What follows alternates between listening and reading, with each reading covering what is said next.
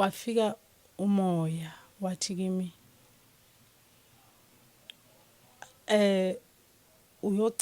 uyocela emntwini kuze kube nini. Nginokufuna ukushumayela. Nginokuthi makuhamba endleleni. Ngibona amavesi ebhaliwe. Uyabona la emotweni la njengomama ngimsebenzini. Ama truck kubhalwa amavesi.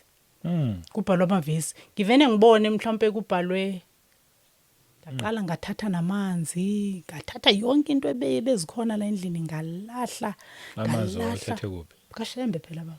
Ngithi phela sinamanzi bekunamanzi laphana Okay.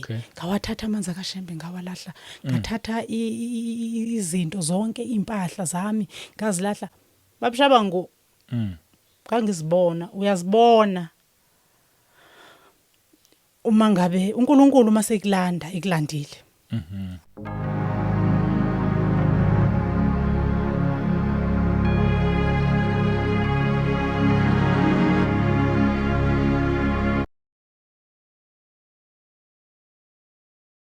Welcome once again kuKota2 Media. Igama lami ngumduduzi ngwakashabangu.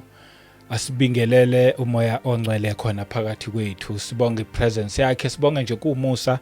Silokhu sihlangana njalo sizokhuluma indaba ezimnandi, sisizwa yena osipha amandla nakho konke.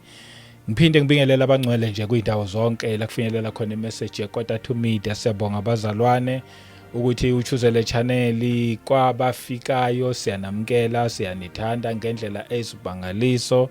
Sibonga ukuthi ni subscribe, kongaka subscribe ungasubscribe, ucommente futhi nje kahle, ulike. Siyabonga nje kwasebe commentile previously, ama comments eno mahle kakhulu, ayasikhulisa, ayasakha ngendlela ezimangaliso.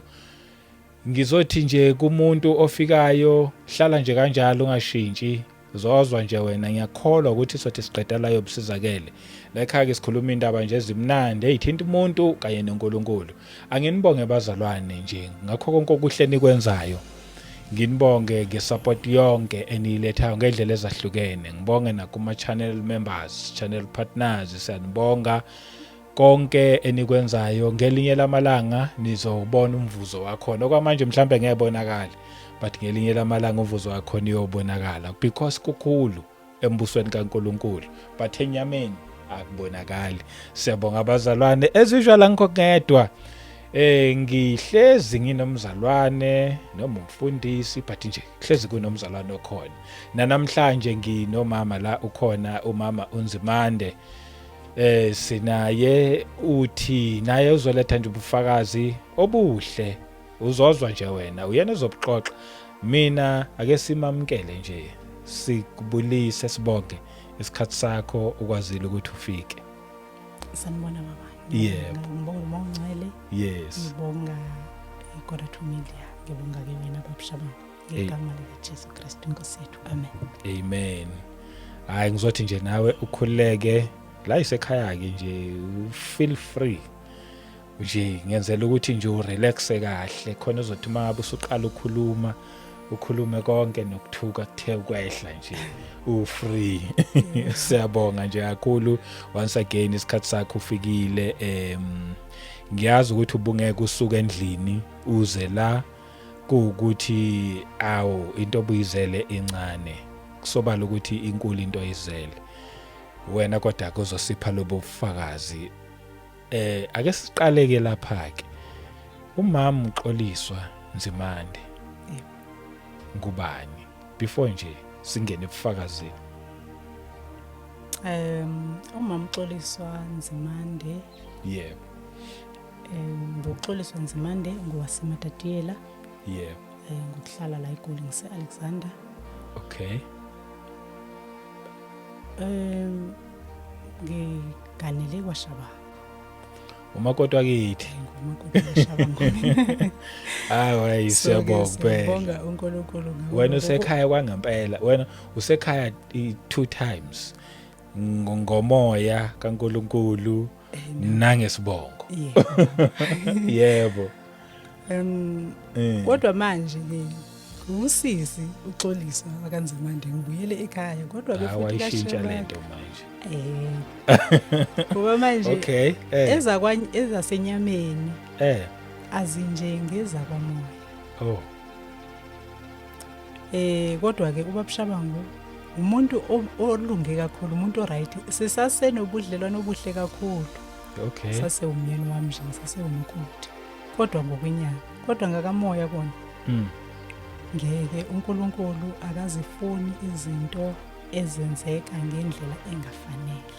Yebo, uNkulunkulu uyakubuyisela ukuthi qala phansi. Nami ngangingazi kodwa uNkulunkulu, nami ngangimangala ukuthi kwenzakalani, kodwa uNkulunkulu uhambe wakuveza ukuthi into oyithole kungafanele akusiyakho. And mawuza kuye uNkulunkulu ekulanda. Ngoba mina ngingathi uNkulunkulu ungikhethile, ungilandile. Ngoba mina uNkulunkulu bengingamazi.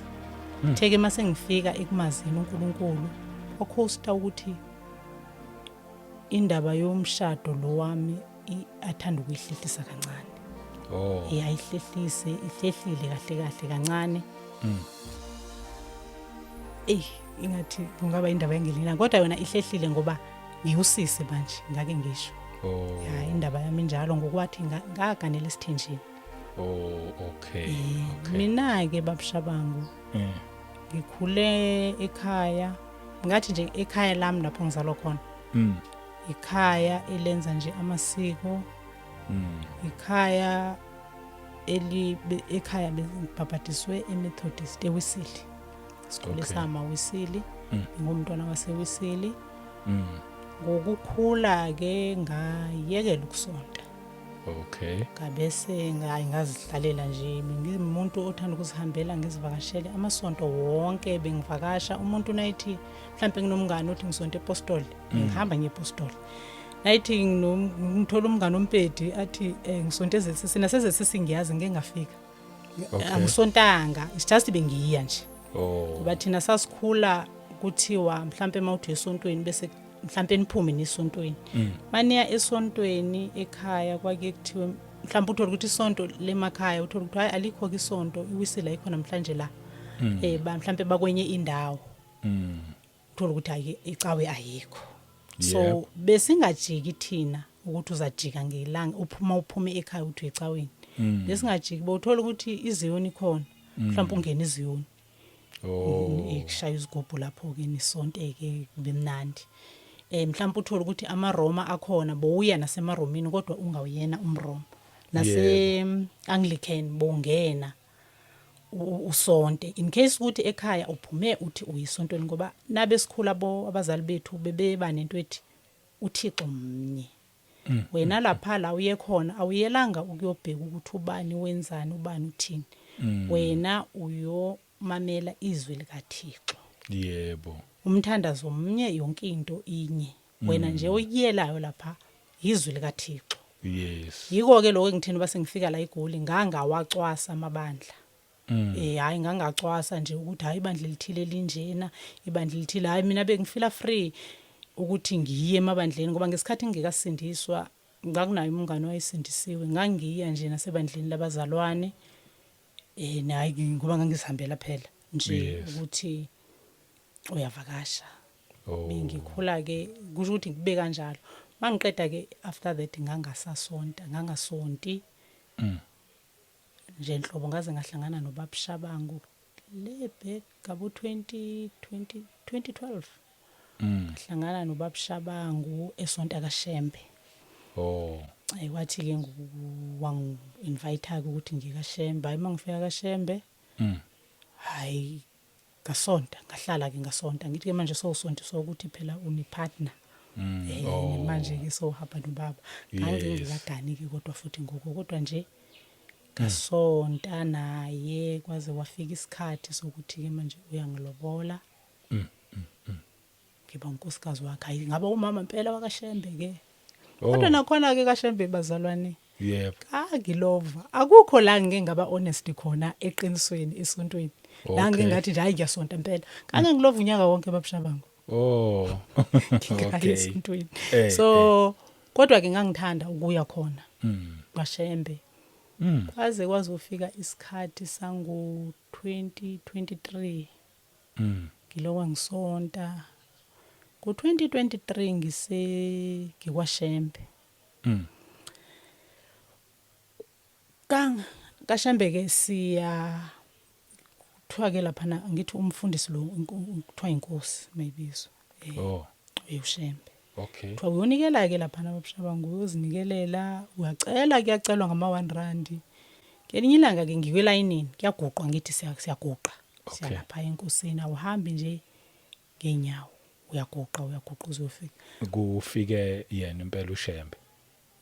Kufike inkosi le uShembe. Okay. Uyakhona lapha ucela izibusiso.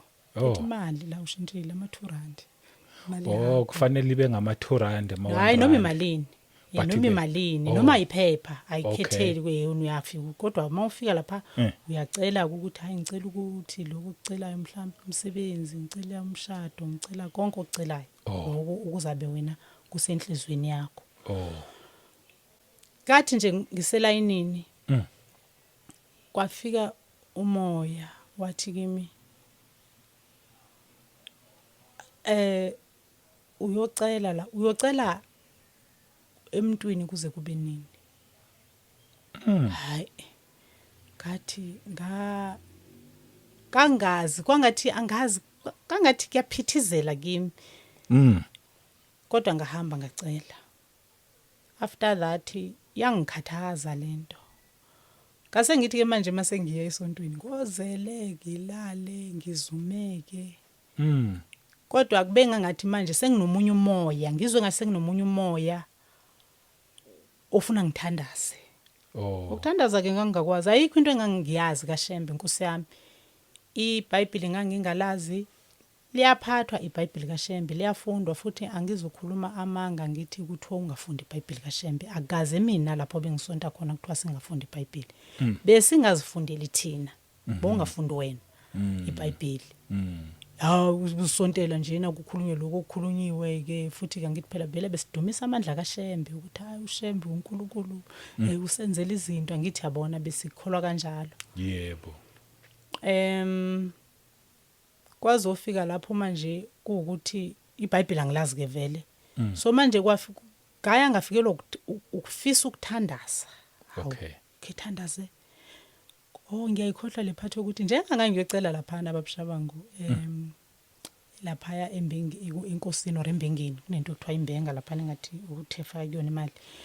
Kayi ngiyocela u30 million.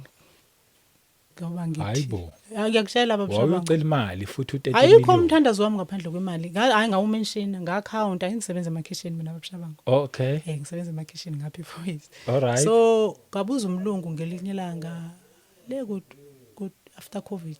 Yeah. Malini le ndlu le wathi 4 million ngathi okay ngibona imoto yakhe. Malini le moto le ayingayibona imoto yakhe iyadura. Ngabe sengenza ama calculation. Yaqala yathi inhliziyo yami ayicela u10 million. Ngathi ngeke le kuthiwa i4 million le ndlu. Kusho ngizosala nje 6 million phela nginabantu nabantu ekuyisifiso ukuthi ngibasize.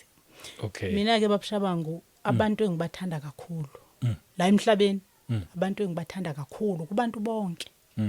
Akekho umuntu engimthanda njengomuntu ophuza utshwala. Umuntu abona labantwana laba babhemayo la estradini. Ke ngisho emntwini ukuthi uyabona mawufuna ukungihlukumeza bahlukumeze bona. Ngibathanda kakhulu ngizwa ubhlungu kakhulu ngabo. Ngabathanda kudala. Yabona laba abantwana labaya mangifika ngibuye emathateni noma ngingafika ngo1 ngiprotectwa yibona kusukela kudala bayangazi bangazi kakhulu. Okay. So ngibathanda kakhulu kusukela kudala kade ngabathanda. Yebaba bangani bami ngoba ngangithanda ukuhlala nabo nje ngibuza ukuthi umthetho wakho ubani ubuyapi kwenzakalani yabo. So ngibazi ngamagama ngibazi ukuthi kwakwenzakalani. So kule mali engangiyikhulekela lo 10 million ngacounta ke ngabona ukuthi okay kuthiwe le ndlu le in fact kwangathi ngizathenga indlu khona lapha eFoyis. So ngokucabanga kwami so ngabala ukuthi hayi le ndlu engaka kusho ukuthi nayo 4 million. Ngisho ukuthi ke manje izoshota i10 million incane. Eneke manje angithi kunokushunyayelo ukuthiwa yayikhona into eyihlala emqondweni nami kuthiwa izindlu zakuloyisu zininzi khona umunye ubaba wayithanda ukusho kanjalo kuthiwa kulo Yesu kuningi yahlala ke manje lento kimi sengibala ukuthi hayi khona ithi ngikhuphule la u10 million incane ithi ngithi 30 million ngoba manje kuzafanele ukuthi ngibe nendawo lapho ngizohlala nalabantu labantwana bonke nje abantu laba bonke umuntu ungathini umuntu nje yabona abantu abaphuzayo abantu abahlala phansi kwama bridge ngathi labo bona bazahlala nami Shuthu bathanda ngohlobo lokuthi ufuna ukubanceda kunjalo babshaba okay kuthi ukuthi ke kufike kanjalo ukuthi yabona mhlanzane ngaba notho labantu laba bona abantu nje ngiyohlala nabo alright yebo so hayi ke ngaba serious ke babshaba yeah nikela ke lapha kaShem impela nikelela bani seku30 manje nefamily yami futhi ngayitshela ngakhumbula umntana bhuti wami ayithanda ukuthi athanda hey xoliswa 10 million awuyikhuluma lento eneke futhi ngendlela engase ngiyibona ngakhona ukuthi awu 10 million wolo kwakuthi abelungu nje ngisebenza emakhishini babe ngiphe into noma ngabe bengipha amaphilo sengiyamemeza abantwana babazi sebangifika hey wozani nandi ke manje seyiqalile 10 million siqalile sekuyistart se10 million babe bafika umntana mafana athi awuncane bangibiza ncane ke kakhulu abantu so awuncane yini manje u10 million novula isibone sebeyazi ukuthi is either lo 10 million uzaba iphilo or i10 million umlungu ngiphe izitsha or ama glass kodwa kona whatever ngiyinikiwe njengoba sengikhuluma indaba ka10 million u10 million loyo okay anginandaba ukuthi ke angeke sasihlalela emkhukhweni nami Alexander anginandaba ukuthi angakabi nalutho kodwa kona inhliziyo yami ijabule ngendlela esimanga kona mangize ngawumention ukuthi yabona lezi iphuni ngiziphula umlungu awu 10 million uphuma kule 10 million engikucelile yabona ngize ngisho ngithi yabona umsebenzi wa 10 million ngithi umuntu nomuntu akaziyele kuthiwa kulo Yesu ziningi izindlu zokuhlala kuthiwa uma ucela ngokukholwa uThixo uzakupha angilazi ke iBhayibheli ngikhuluma ke into ekake ngaleso sikhathi kangakalazi iBhayibheli ngikhuluma into ebengangizizwa nje makushunyayelwa ngidlula nawo ke ngihlale ke ngikuthembeke manje yayakhuphuka sengibona ukuthi hayi ngeke ngathi umsebenzi wami eminingi i30 manje kanti kodwa futhi ngiyakhuphuka ngoba kuthiwa uNkulunkulu amshoka uNkulunkulu ichange leyo 30,000 30 million ithi imali encane kakhulu uNkulunkulu uzongipha okungaphezulu mina mangibe serious yebo uzwe ke nangendaba efasting abantu bakhulume ngingene kufasting babshabangu but usekwashembe ngaleso sikhathi ngikwashembe zonke lezi zinto ngizenza kashembe ngithi lo fasta nakhona akufastwa kubuya la kimi manje wena usuyazenzela wena mina ngijahe u30 million ngizwa kuthiwa mawufasta izinto ziyasheshisa manje sengijahile ukuthi hayi noma ngihleli lapho ngisebenzela khona iLone Hill it's a hill iphakeme so ngelinye ilanga ngime phezulu kuphethiyo ngithi hayi suna ngangibala inyanga babshabangu ngithi sooner or later ngizoba ngiyamamillionaire mina ngoba phela ngicakekile uNkulunkulu uzongiphendula uNkulunkulu uyashesha ukuphendula uma userious lokho angikufunda indawo ngithi angiserious kakhulu ngiyayifuna le mali ngizibona ukuthi hayi uyazi nomuntu nayikhuluma ethi hayi asazi ukuthi sothini ngibe ngisho enhlizweni ngithi hayi nina nazi mina ngiyazi mina sisuni ngizobe nginemali zami so ke ngikwashembe beku 2023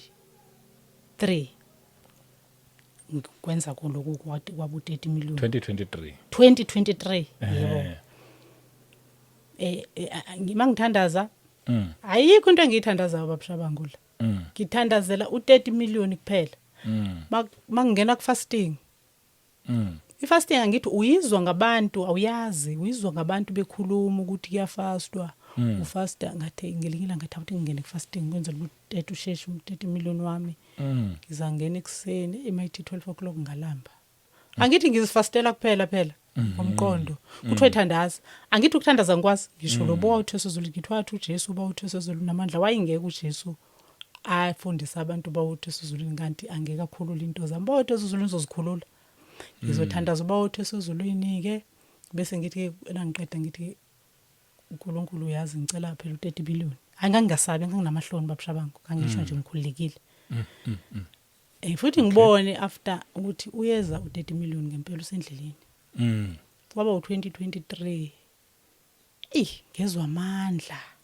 engingawazi ukuthi avelaphi. Manje ngabe nakwashe sengiva amandla angisathandi ukuya ngathina ngisathandi ukuya esontweni. Sekuthi nakukhulunywa manje la noba abantu noba abangani bami mhlambe kuyagosipha ngithi uma umuntu siyakuthanda nokuhleba. Yebo. Ngizwe ngingabi comfortable. Hayi ngasajabula umuntu mayihleba. Naleyanto ukuthi mhlambe wenza ijoke, ukupostwe kwenziwa ama joke, ingithinte ngingasathanda. Nezinto nje bengizenza ngijwayele ukuzenza ngirelaxa. Hayi ngaya ngangasazithanda kahle. Kodwa futhi ngiyathandaza. Ngithandaza umthandazo ongena scripture ngoba phela ngisazi. Ngithandaza lokhu wami kuphela.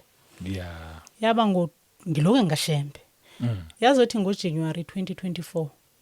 Bathe manje ngeke kaShembe safanele ngibe serious ngitshela ke nabantwana.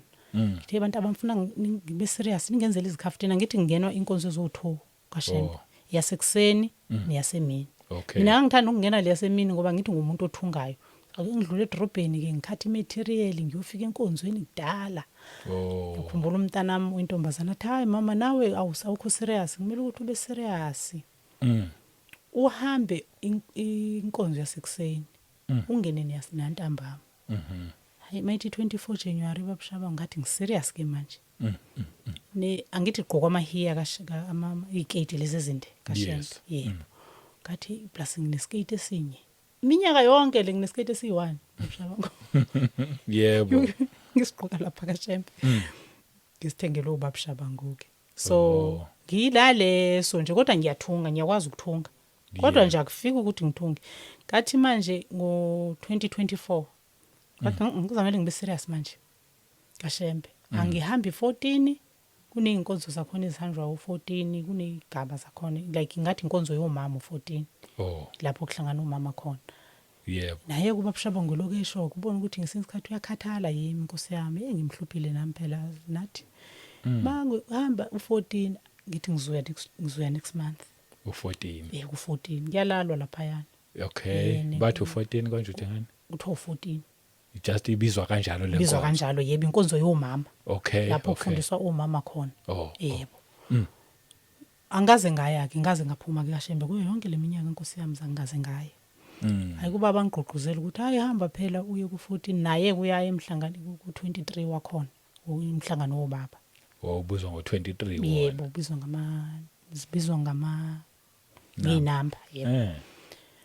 Ngangaya ke ku14 lapho kodwa mase ithi 2024 ngathi ngifuna ukungena u14 ngibhadale nebhuku la14 anginalo nebhuku. Ngithunga amahiya ngiqale kahle nami ngike ngihambe ngiye esabatheni. Okunye kwakungiphoqa kangivilapho ke esabatheni okunye kwakungiphoqa ukuthi angithi kuphathwa ikhafteni. Manje ngiphaqwe uyena ubaba ukuthi onkosi yami bazathi abanye obaba bedla yena akadli. Kokunye ngimhlangabezela edrobheni. Ngithi bamba ngiyahamba mina. So ngijika ngiye esabatheni. Kokunye ngiphuma esabatheni endlini ngiye esabatheni. Ngiphethe isikhaftini mangifika la edrobheni angazi noba ngangilamba noba wakuthini ngizihlalele ngidle isikhaftini ngihambe nje ukhatha imaterial ngijike ngingayi esontweni. Nje bengumuntu okuwukuthi bengivila lapha ukufika lapho ukuthi bengijika ngingayanga ngidle isikhaftini kuphela. So ngo2024 ngaplana ke manje ukuthi yabona ke ngifuna lo 30 million. Yes. Mangenze njani? Mangibe serious. Hayi nabantwana bengqoquzela hayi mama lomncane webona mama engathi unedemon ngeke liyahlasela suvumela idemon. Hayi baze bavuka impela abantwana bamshem ekuseni bavuke benza izikhaftina zethu. Siphathe izikhaftina. Kodwa kuthe la sekuqala lo moya manje. Ngelinye ilanga ngihleli lapha khona futhi ngisike esontweni. Wafika umoya ukuthi uzohlala la kuze kube nini. Umoya ama efika uyakhuluma. Uza ngomcabango babshabango. Angithi. Uza ngomcabango, uza ngomcabango ukuthi uzohlala la kuze kube nini. Hayi. Kizohlala la kuze kube nini. Ngiqale ke manje yabona manje uqale ke manje. Ubone izinto nothi ukuthi ngizothi ke izinto ezimbi. Angizokhuluma into engekho babshabango okanye into engingayibona ngizokhuluma mhlawumbe ngokuthi kuthiwe kuzomela nithenge izidwaba. Yabona manje ke soqala ucomplaina. Izidwaba zithengwa kuphi? Hayi isidwaba phela sithengwa. Yabona mina ngisho njalo ngithi mina isidwaba sithengwa. Isidwaba ngicabanga ukuthi into kufanele uhlatshelwe wenzele kwathini. Bangayithanda ke abomama lapha yana ukuthi ayi ngeke ngize ngigqoke leather bese ngithi isidwaba yabo into ezinjalo. So bangathanda ke inkosi yami. Ya futhi ke babushabangu kufanele ngikuxolisele lokho. Uyazi thina abantu mabowuhlele endaweni ugciniwe suthi masowuphuma noma ngabe kunjani. uNkulunkulu bekafuna uhlale lapho. Masowuphuma bonga udlulele kwenye indawo. Ngoba uNkulunkulu bekafuna ukuthi udlule lapho ubone abese yena uNkulunkulu ubeloko ehamba nawe ngendlela.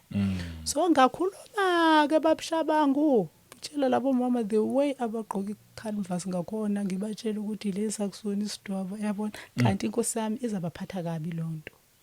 Lokho ukuthi ushabangu phela waba senkingeni lezo ndaba zami.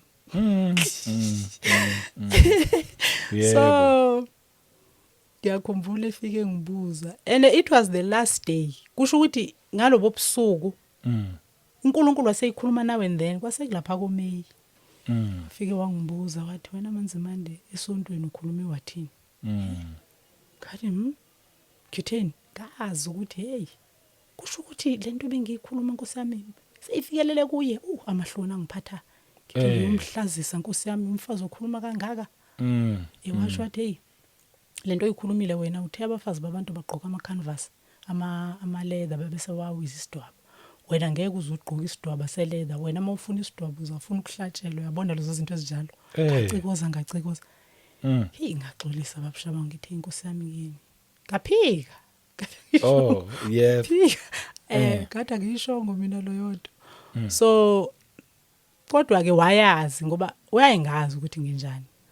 Ukuthi bengiwumuntu ubangazi kahle kakhulu ngoba ubengazi ukuthi mangiyishilo into ngihleli kuzomtshela ukuthi hayi sekukudala ngimshilo ngoba phela mayisakwatile ngifuna ukusho ngoba ngiyazi ukuthi hey umlilo uzobhebhezeleka ngaya ngamtshela ukuthi hayi vele ngakusho. So from there kanti vele lo moya sowufika ngamandla ukuthi ngingasaya.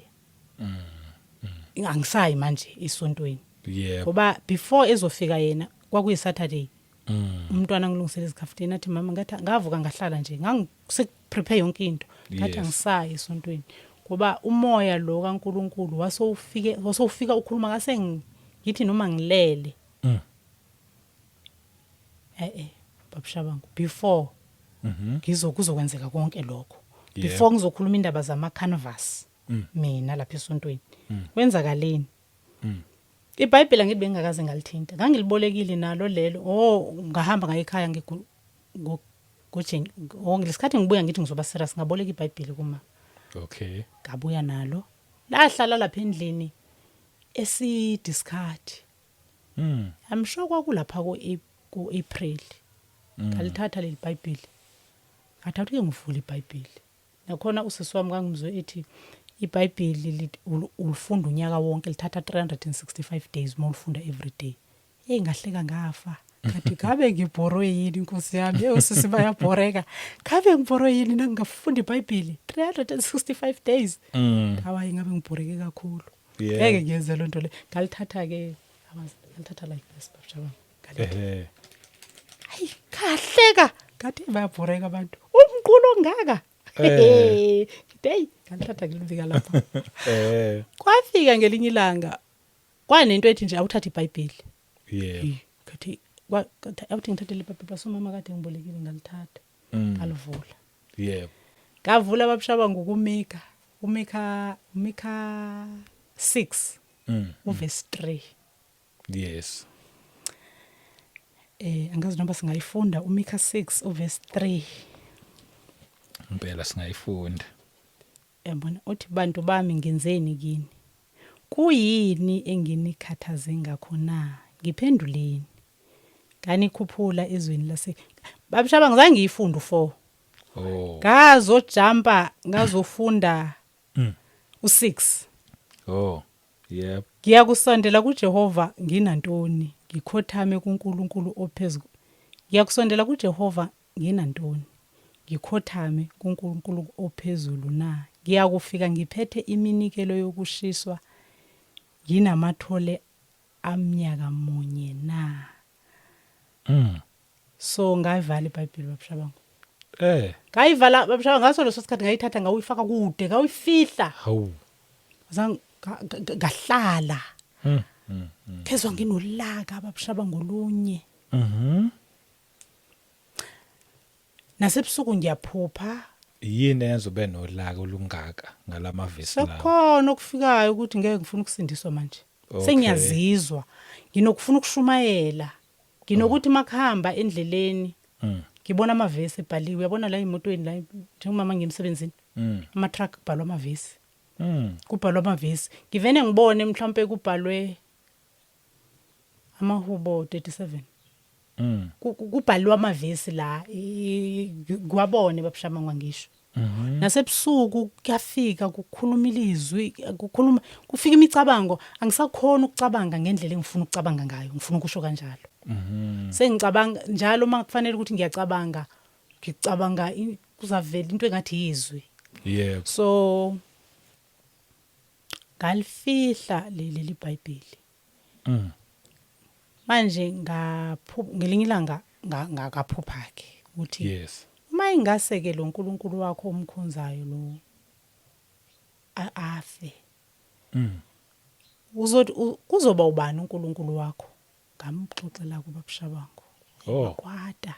Mawumbuza imxoxela kanjalo Wathi hey ezinye izinto bozibheka. Uyakuyaziwa yini inkosi mangabe ukuthi enye mayingekho enye ukuthi kuzoba ubani ilandelayo.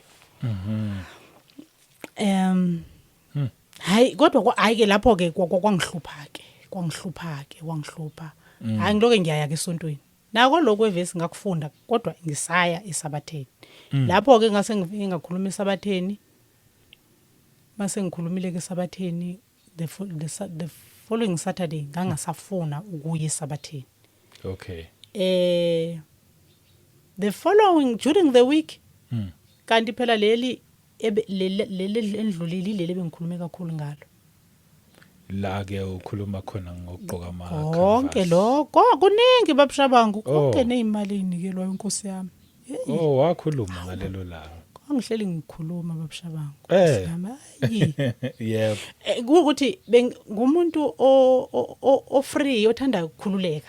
Okay. Ngiyakhumbula ngenila ngithi ngabe kokuthiwa khesha umniyelo uthini. Kanti mina ngeke ngikhiphele umuntu odrive iBM ngihlala emkhukhwini. I was like gasho kanjalo babushabangu. Bantwini ngithi lo muntu phela ugibela iBM uhlala ezindlini ezibizayo. Thina silambile la. Wabona ke mangihleli naye babushabangu wayibhoreka ke ngithi awubheke sihlupheka kanjani. Abantwana bomholi wethu bakhuluma isingisi.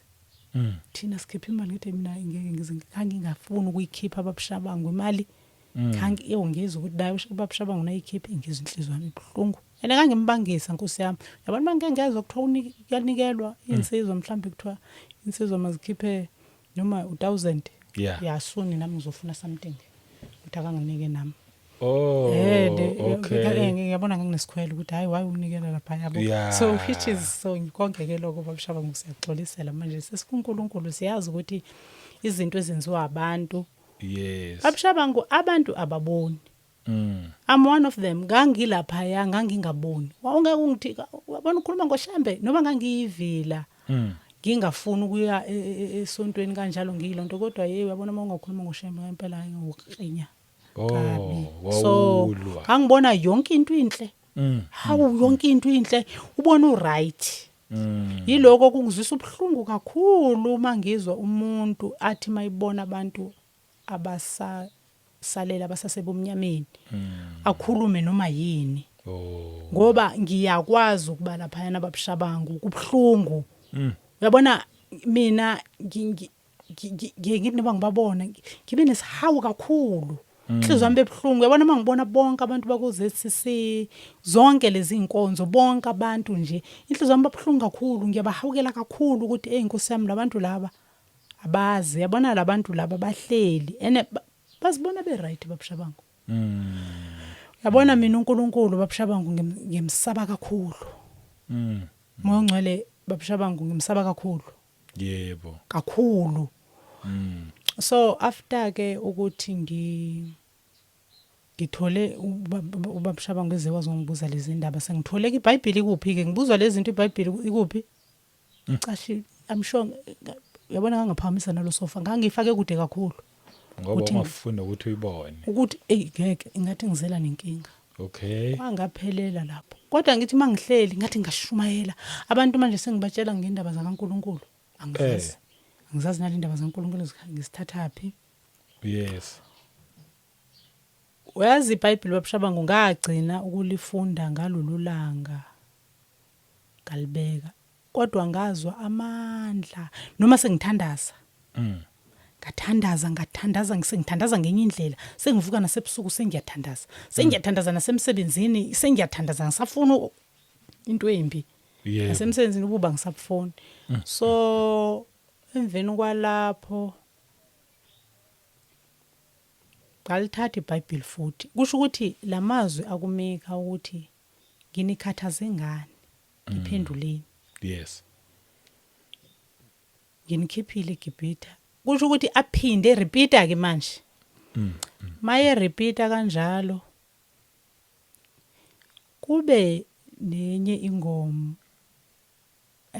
ingoma ifikanga ngabe sengafonela umunye usisi emakhaya sekukuthi sengihlushwa into eziningi manje noma ngilele ngathi ngathandaza ngathi ngashumayela yabona umuntu uma ngingengeza umuntu okanye ngidlula la edrobheni uzokhulunywa ngoJesu hayi ngiyoma lapha ngathi ngasuka ngiye lapha ngithatha imayiki ngibona ukuthi yabona lo muntu engathi wenza kancane kakhulu mina ngizoshumayela nje la lo muntu lona engathi hayi akenzi kahle futhi lento ayikhulumayo ayikho ngangikwazi umuntu mayishumayela ekhuluma kangazi ukuthi le ayikho le umuntu akhulume ngokuthi hey uNkulunkulu wathi ngithi uNkulunkulu akashongo kanjalo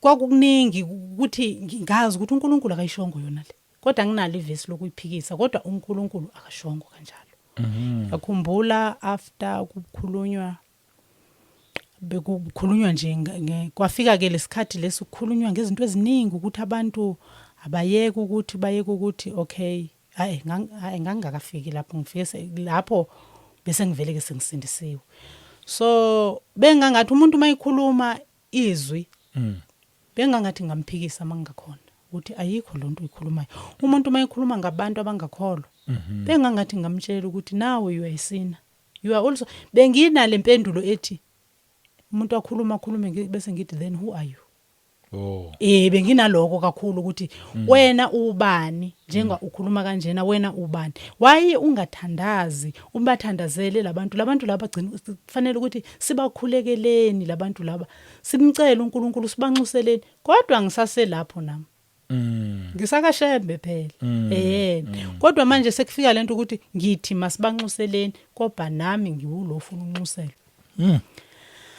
so emveni kwaloko ke ngafonela umunye usisi usindisiwe emakhaya ngamtshela ngithi mina sisi lana nginenkinga uNkulunkulu kwakutheni azakhulume ngalelizwe athi bantu bami anginikhathalela ngani na ngiphenduleni athi asho kusisa hayi wayikhuluma ngamaSirayeli aye aphula imithetho yakhe angasahamba ngendlela zakhe athi yena wayibuza lonto leyo ngithi akhonto athi hayi maxoli kuzamela usindiswe kathi ubani kuba kwasekuvele kufika ukuthi ngisindiswe umoya ke ngaleso sikhathi babshabangu ngangikhuluma nawo wawufika ngangikhuluma njengoba uyabona ungathi mawula ngaphandle ucabanga ukuthi ngikhuluma nomuntu ngoba ngangimtshela umoya ongcwele ngamtshela ngathi mina uNkulunkulu angeke ngize ngisindiswe ngifuna ukusindiswa angifuni nje ngathi uyabona ngabala kwakusaqeda kuba kwakuhleli kumina into yayihleli ngenzela ijoke ngabazalwane ayi1 ngikhumbula lesasaga Hallelujah Ministries ilapha eAlexander ngithi lapho kwavuka umuntu wadla amasaladi lo muntu lo owakuthushwa nile emva kwalokho wavuka okay mayiqeda wavuka ke so uyabona makuthiwa abazalwane ngihleka ngife ngithi we ngiyodliswa amasaladi ngithi lapha amanga lapha ngithi ba excel labantu ngithi ngaze kabona abantu banamanga kangabe phethe iBhayibheli abanye amahloni manje kuthi makufika lo moya ukuthi uyasindiswa lo moya mawufika babshabango ngangingazi ukuthi kufanele ngithini ngangithi lento ngizame ngithi ezilento ake ngiyeke angifuni ukucabanga yabona imicabanga ngithi noma ngifuna ucabanga into zami ingidonsele laphana manje ukuthi hayi ngizwe ngathi ngashumela ngithi hey uyabona ngingalinge nje ngizofika lento uzokusindiswa ngifuna ukusindiswa mina ngixakekile so lo sisi lo wathi ke manje kuzamela ngisindiswe ngomdinekelwa ngathi we ngazifaka ke we abantu abasindisiwe bengihleli ngazi ujabulile ke manje uthola itarget phela angeke ngize ngisindiswe mina emveni koba bakushawa ngisho kanjalo umoya wakhuphuka ngamandla ngifuna ukushumayela yabona ingoma zamawisile hey babushabangu angizazi kwakudala ngazikhohlwa zavuka zaphila kangiyihlabelela ngilele kuba ke ingoma zamawisili yabona njengasengisindisiwe yes zikwazi ukungiphakamisa yena ziyakwazi ukungiphakamisa ngoba isikhathi esiningi ingoma zamawisili zihamba nelizwi ziyilizwi kahle kahle ngoba ziyintshumayelo kuwe so bengithi yabona mangike ngaqala ngacula iculo lasewisili bobuya kakhulu lo ngathi ithi ngiyeka amaculo awesidle ngathi angizelana angifakela amanzi ngoba amaculo abasewisile ngalicula nje ngaleso sikhathi ke bengikabuyeli futhi bengisase kaShembe ngalicula nje ngoliculila ngalonke ene lo moya uyokhuphuka ngibona ke izinto ezirong umuntu mayike wenza into embi angiyifuni umuntu mayike konke ngibona izinto ezirongo even indlela engigqoka ngayo even izinto ezikhona la endlini ngaqala ngathatha namanzi ngathatha yonke into ebezikhona la endlini ngalahla amanzi wathathe kuphi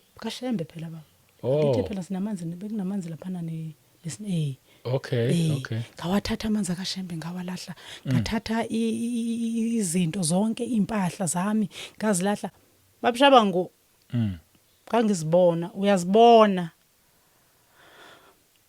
uma ngabe uNkulunkulu mase ikulandile ayikho into ongayiyekiswa umuntu konke uNkulunkulu mayikulandile awukuyeki wena ngoba ufuna futhi akubhlungwanga ukukiyeka akubhlungwanga ukukiyeka uvene uzwe nje ungasakuthandi lo sisi ke ebengimtshele ilizwi emveni kuba ngimtshele kanjalo wathi ngisindiswe ngangafuna kwavuka ke lo sosivunguvungu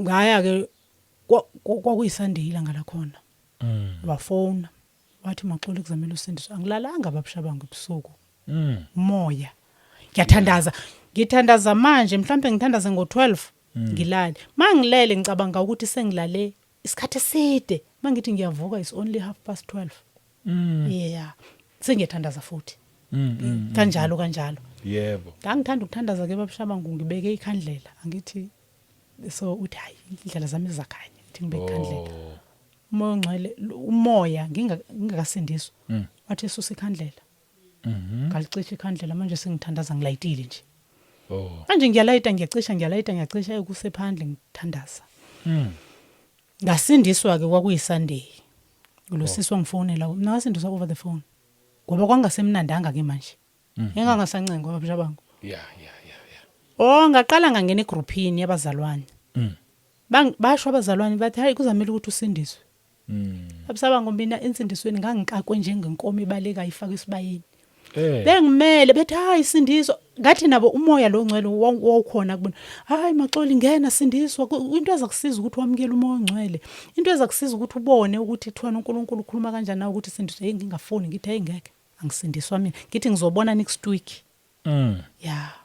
kodwa ngalo Sunday usisi lo wangifonela wathi thatha iBhayibheli that's a good party uNkulunkulu lapho angazi wathi thatha iBhayibheli ngayithatha iBhayibheli ngayilanda iBhayibheli kusho ukuthi ngayilanda ngayizolo ngayithatha iBhayibheli wathi ke vula iBhayibheli ngishaka ngithi uyabona iBhayibheli nayi kanje wathi vula iBhayibheli uthi ngibheka amaRoma la akupage man kuthi ngapha kumaRoma ngakuvulele ngangivulele umbhele umaRoma u10:9 ngifuna ipage phansi so ngizokubonisa ukuthi indlela engavula ngayo iBhayibheli mina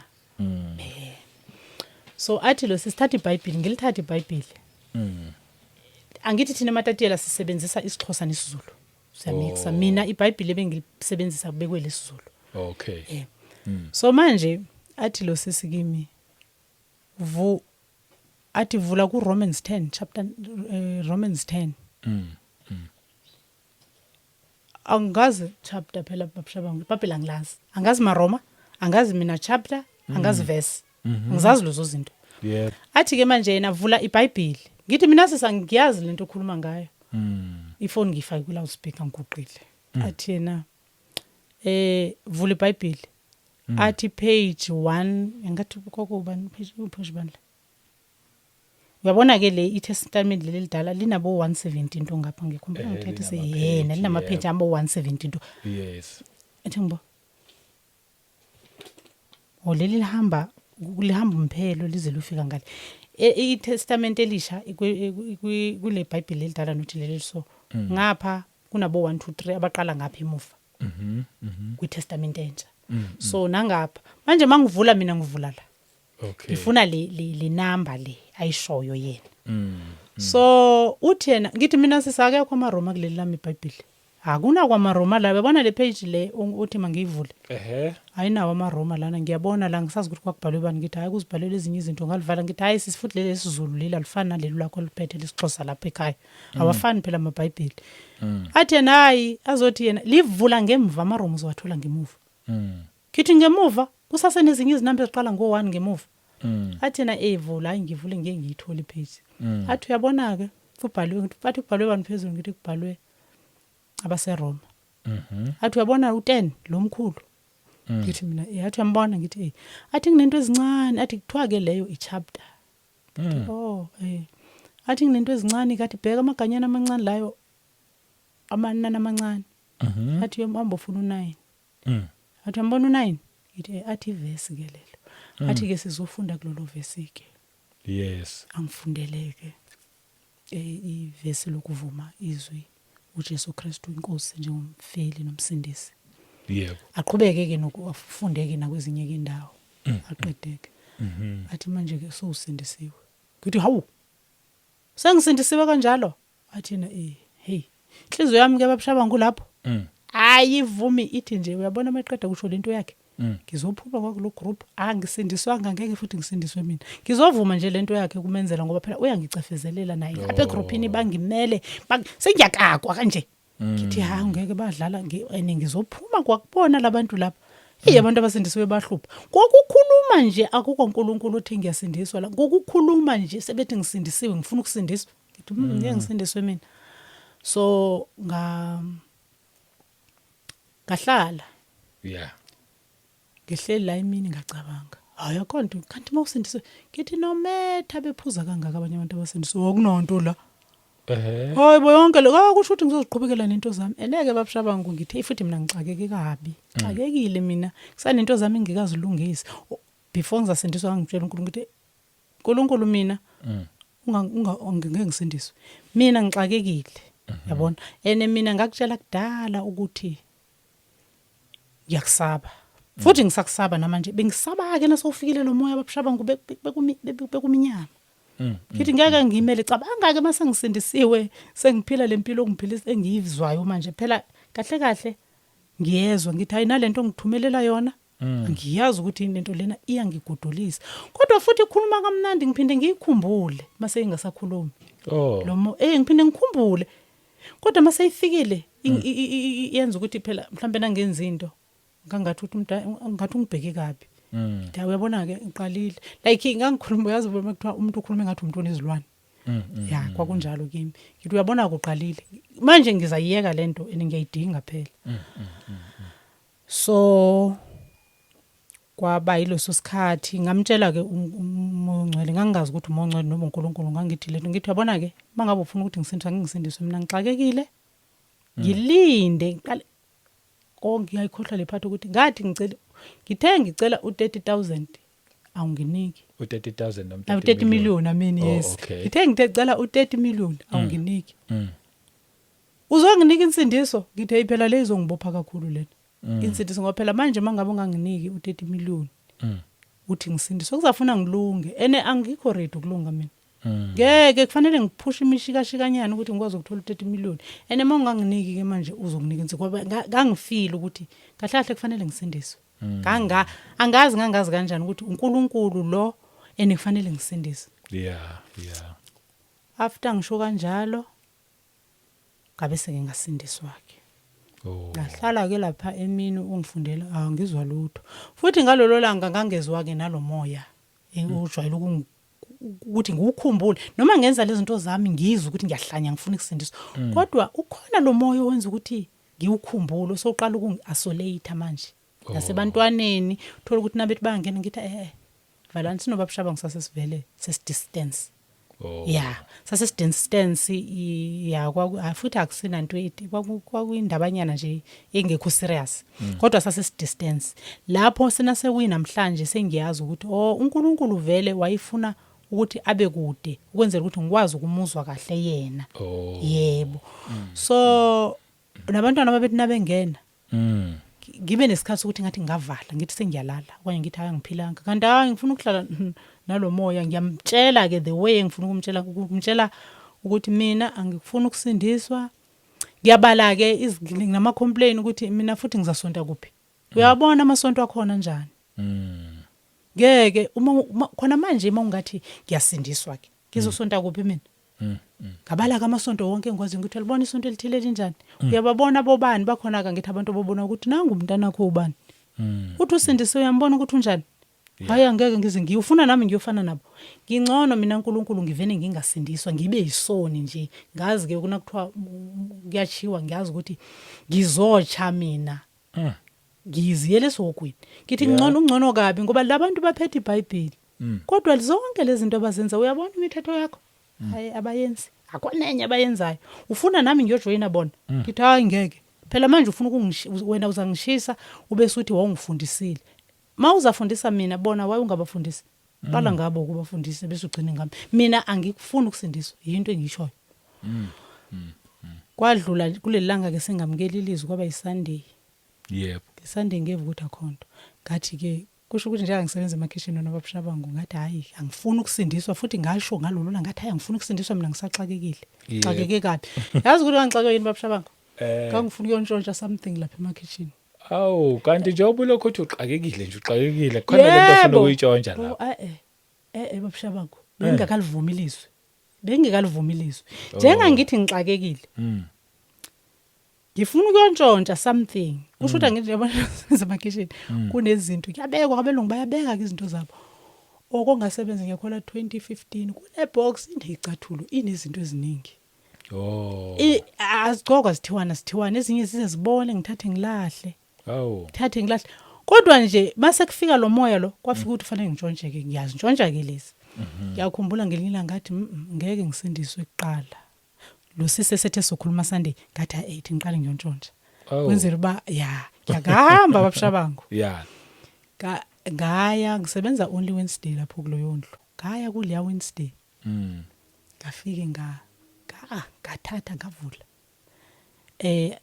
la izindlini ngibayi 1 isikhathi esiningi belunga babi khona ngavula le box ngathatha lezi zinto ngathi ene mangizithatha ngafitha uvalula ngishaya ngendlela engingakaze baba Shabangu ngashaya uvalo kungaphile ngathi uvalo nje ngathatha ngafaka ngathi ngifuna ukuthi ngenzele ukuthi ngithi ngisindiswa lento le insindiso iqina ngizibe sezingakumina yebo so ngazithatha baba Shabangu ngagibela itaxi ngase ngimazi umoya ongcwele kodwa ngingazi ukuthi umoya ongcwele kangithi mangihlala kufike into ekamnandi angalivumi ilizwi kube mnandi ngizwe ngijabulile inhliziyo yami yeneme ngibele itaxi angafiki namhlanje lento le hawu lento iphi plus ngithi into ke kanti iphi namhlanje hayi ufika endlini yabona baba Shabangu ngendlela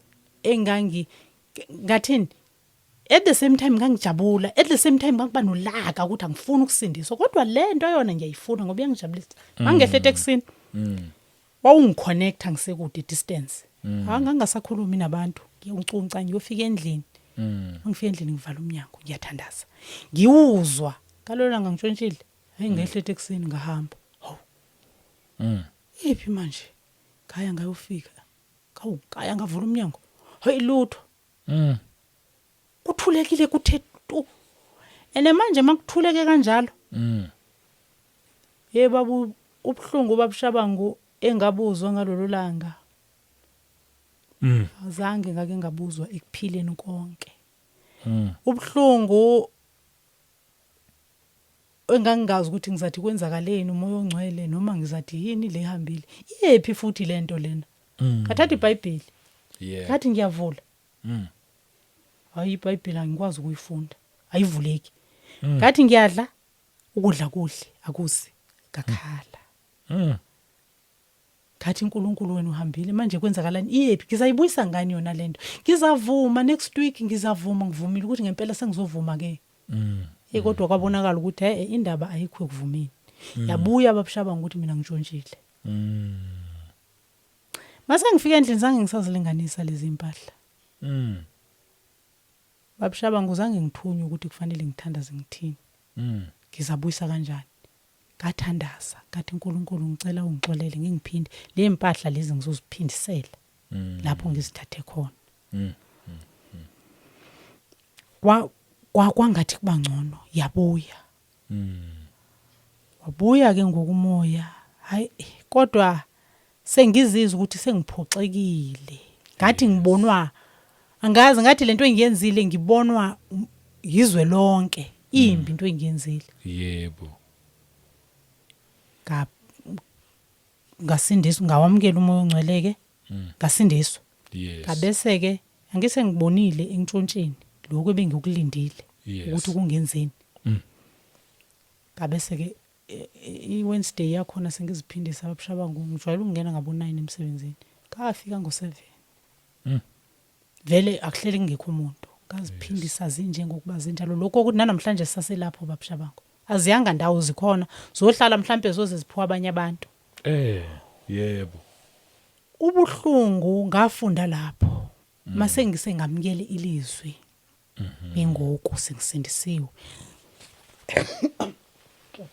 zange gazi ukuthi ukuntshontsha kunjani bese kuthi nakufika noma yini kuningi ke wabona nokukhuluma kakhulu ukhulume sengisindisiwe ke manje yes khulume kakhulu la eTexini usho mase uyofika endlini ngathi khona into ephumayo ngathi khona into ephumile ngathi la kuwena kusela imbobo angazi noba imbobo enjani babushabangu akukhaleki akudleki akulaleki akuthandazeki ayikho into ufisa ukufa angazi nokufa ubone ukuthi nokufa ngathi angazi ukuthi ngicela ubuye sengiyazi ke manje ukuthi umoya ongcwele bangelekelela abazalwane begroup yeBorn Again ke manje sengisindisiwe singilivumile ilizwi qala ke manje ngafunda sengisindisiwe umoya ongcwele wathi ke manje iBhayibheli angilaza ngithi wafika umoya wathi mangifunde incwadi kaIsaya ngayithatha iBhayibheli kanje ngayibheka ngathi ngeke still ngathi ngemoncwele engaka 1-66 ngathi ngemoncwele ngikwazi ukuyifunda mina incwadi kaIsaya ngiyazi ngayibeka futhi iBhayibheli futhi ngaphola kahle ngathi angeke ngizengikwazi uma ekhuluma uzwa izwi angizwi izwi baba uza la emicabangweni uza ngomcabango okay angizwa izwi nje lakho kanje mina ngiphendula ngezwi yena ukukhuluma ngomcabango ngathi kodwa mangikhuluma bengifila free ukuthi ngikhulume ngitha iningi ngithi angikwazi mina ngisho ngathi mina ngiyazi incwadi kaIsaya futhi ngeke ngikwazi ukuyifunda engaka uyazi babushabangu umuntu ongalazi iBhayibheli akalazi iBhayibheli akapretend le ncwadi baba iwumoya le ncwadi le yes iwumoya ophilayo izinto zonke le ncwadi inendlebe iyabona yena ayisonto nje yokuthi yinto nje yokuthi yokuphathi lento iwumoya ongena kumuntu uphile ikhulume kumuntu. Yes. Incwadi kaIsaya babshaba ngizange ngiyifunde mina ukuthi ngiyenze so ngithi kanje hayi zange angizikhumbuli ngiyifunda kodwa incwadi kaIsaya ngabona sengiyazi. Yabona ke egroupini yeBorn Again ngiyababonga abazalwane beBorn Again Nkosi yami bangibekezela ngase ngivutha ngenye indlela babenga ukuthola ukuphumula ababshaba ngangishumayela ngithandaza ngenza yonke sekuyimina manje babshaba nguphethe ubatshelayo sekuyimina okhulumayo yonke into sengasabanika ukuphumula umoya uvuthuza ngizwe ukuthi umoya ukhuphuka ngamandla. Incwadi kaIsaya zange kwakuthi babethi mabefaka ilizwe sengiyalingenelela sengiyalifakaza sengiyalazi ilizwe. Uyabona le ncwadi babshaba ngizange ngiyifunde mina iBhayibheli ngaze ngayiqala ngapha ngayiphuma ngapha. Kodwa umuntu mayivula izwi la umoya ongcwele yena uyalihlaziya ilizwi ngami ngoba uNkulunkulu amandla kaNkulunkulu abonakala ngami. Mina nginawo amandla mina ngazi ukuthi mina babshaba ngangikwazi nokuvula iBhayibheli kodwa umoya ongcwele wangifundisa konke wangifundisa ngayazi incwadi kaIsaya le engangithunyelwe kuyona. Yebo ngoba ngingake ngisho kanjalo incwadi kaIsaya yange ngathi zonke zangena. Mina babshaba angiwazi amavesi namanje mina ngazizwe kuphela izwi ngiyalazi kodwa ivesi angiyazi ivesi angikwazi amavesi angikhathazeki ngalutho babshabangu. Hayi yazi noba umuntu ekhuluma angikhathazeki ngalutho. Umoya ongcwele yena wenza izinto zenzeke. Umoya ongcwele wafaka ilizwi la kimi ngaphakathi ngakwazi ukukhuluma izwi lakhe ngakwazi ukuthandaza babshaba ngokuthandaza ngingakwazi ngakwazi ukurepenta. Babshaba after ukuthola kwami usinsindiso kwazi ufika ke isikhathi ese-repentance ngathi inhlambuluko angazi uzayibeka kanjani ngoba phela bona amagama lawa lakhabo repentance kanjalo angikwazi kodwa ngifuna ukuyibeka ngalendlela ezakucacela wena nabazalwane. Yes. Kwafika isikhathi sokuthi lesa sikhathi lesekuthiwa uxolelwa izono. Babshaba ngokuxolelwa into ongayibonanga futhi uxolelwa into ongayikhalelanga. Uyabona la emhlabeni nakuukuthi washiwa umama or washiwa umntwana wakhala uthi wakhala akakaze wakhala awakaze wakhala ungekakhali wena noNkulunkulu ukhalela ukona kwakho ukhalela into oboyiyo ububi oboyibona wena awukakakhali lutho up until ufika lapho. Uyabona ke nganikwa incwadi kaIsaya ngabese kwafika leso sikhathi sokuthi ngirepente kwakuyisikhathi senhlambuluko ngiboniswa ububi ukuyeka ububi babshabangu angeke ubiyeke ububi ungabonanga ububi. Yabona ke kuthiwe lapho ngabona namanje ngabona into eningi kimi kufika into ethi kuye kuthiwe siyokhala kunalento ekhunywa abantu bathi nasowufile ezulwini kuvela iTV engaka iveza izono zakho kuthiwe uyabona hayi babshabangu is already started iqalile hayi ikhona awuzuyibona masowufile ngoku iqalile babshabangu ulokho saphila njengamanje ngiyakwazi uyabona ukuntshontsha angeke ukuye kungakubonanga. Uyabona leya punishment yokona yabona uma sekufika isikhathi lapho uyeka isono ngeke usiyeke isono ongasibonanga angeke isono uvene ulala uvuka usiyeke. Yabona laphana kule after isalvation ngingena kwinkonzo yerepentance yo angazi ukukhala inyembezi ezingakayana nokukhala la ke babshabangu kwangangathi kuphuma into kungena into after lapho ngezwa into entsha into engangayazi leke namhlanje yangifundisa babushabangu phela u30 million ngawukhansela angisawufuni namanje hey cha ngiright ngimhle Nkosi yami u30 million uNkulunkulu ungiphe okungaphezulu imali babushabangu uNkulunkulu akangiphe okwenele ukuthi ngingantshontshe hey angangiphe okuningi ukuthi ngicebe ngimkhohlwe ngoba kimi right now ngabona mhlanga nje kuhambe umoya ongcwele ngathi akho billion elingayibuyisa lento noba umuntu manje angafika athi hayi nangindindlu uxoliswa ngiyakupha nandi imoto ngiyakunika angeke ngikwazi ukuyithatha ngoba ayikho into engareplace lento le engilahlekela njengangoku ngalokwakona kwami ngathi angiphindi ngone so ke babushabangu after irepentance leyo hey angikwazi lokwakhala angikwazi leyanto engayibona Nkosi yami ngiyafisela bonke abantu ukuthi ngoba lokho kwenzeka kimi ngabona ukuthi ukuhlukanisa kimi umzimba omdala nomsha yebo ngathini baba umfula kusho ngathi ibridge yes ngifuna ukuthi ibridge elingwezela ngaphesheya yebo ukuthi manje nobuthi uyabheka ngemuva uthi lo yana hayi ukuthi ushumayelile ubabushabangu wathi mangukiyeke babushabangu ayikho into ongayishumayela uyitshela umuntu ayiyeke babushabangu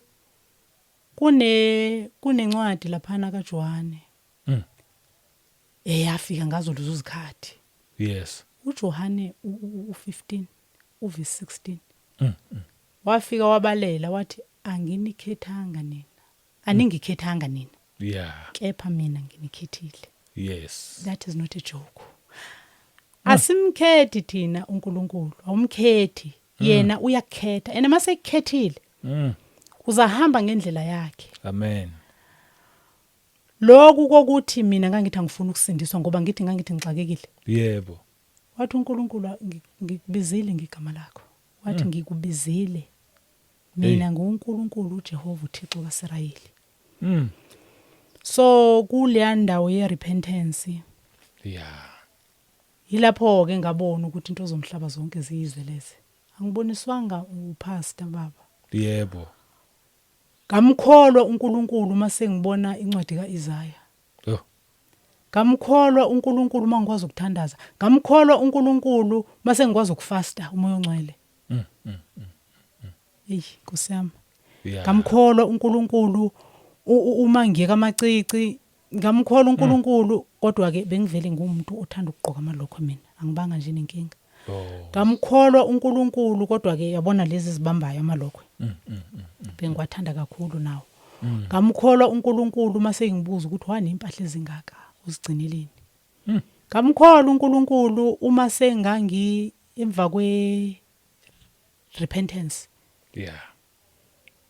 kwakunobhuti esasingazwani kakhulu naye iminyaka ngingambulisi ngamkholwa uNkulunkulu mangangidlula kulobhuti ngamdlula ngawugibela ngaxa kona bangizashayisanini emsebenzini wathi umoya ongcwele umdluleleni umdlula kanjani ngathi yazi ngathi nasengibuya emsebenzini ngathi awuthi ngami ngisitata salobhuti mhlawumbe uNkulunkulu uzenza ukuthi ngimbone ngimbulise bakuyena oyingonile uNkulunkulu wenza umusa kadlula mangithi hawu kanti uNkulunkulu khona babushabangu umoya ongcwele ukugcina somemeza endlini uthi hayi umoya ongcwele kanti uyinyaniso hayi kanti ukhona ngempela ayinandi imihlola uzizwa usho kanjalo so ngambona ngathi hayi uNkulunkulu kanti unyani unyani kanti wena nankulu umuntu bengimfuna awungaya sanibona wethuka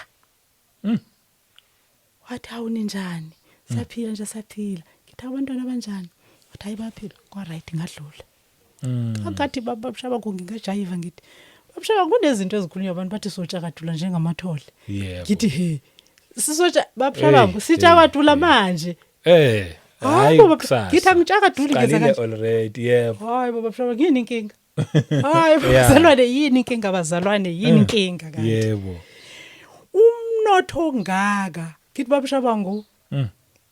kanti awuyothi makuphela inyanga imali ingahlangana uthi hey inkosi yami imali babushabangu ngilala ngingazi noba i-50 ikhona ukugibela ngemsebenzi uNkulunkulu uzobona babushabangu ngiphumlile ngasekhaya yazi babushabangu ngiphumule yazi namanje ngathi ngaphinde ngithi kumnandi yonke imihla babushabangu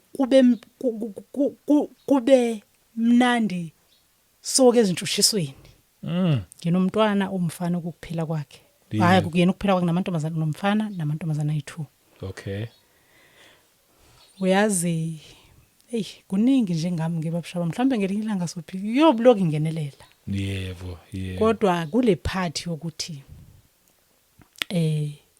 umoya ongcwele noma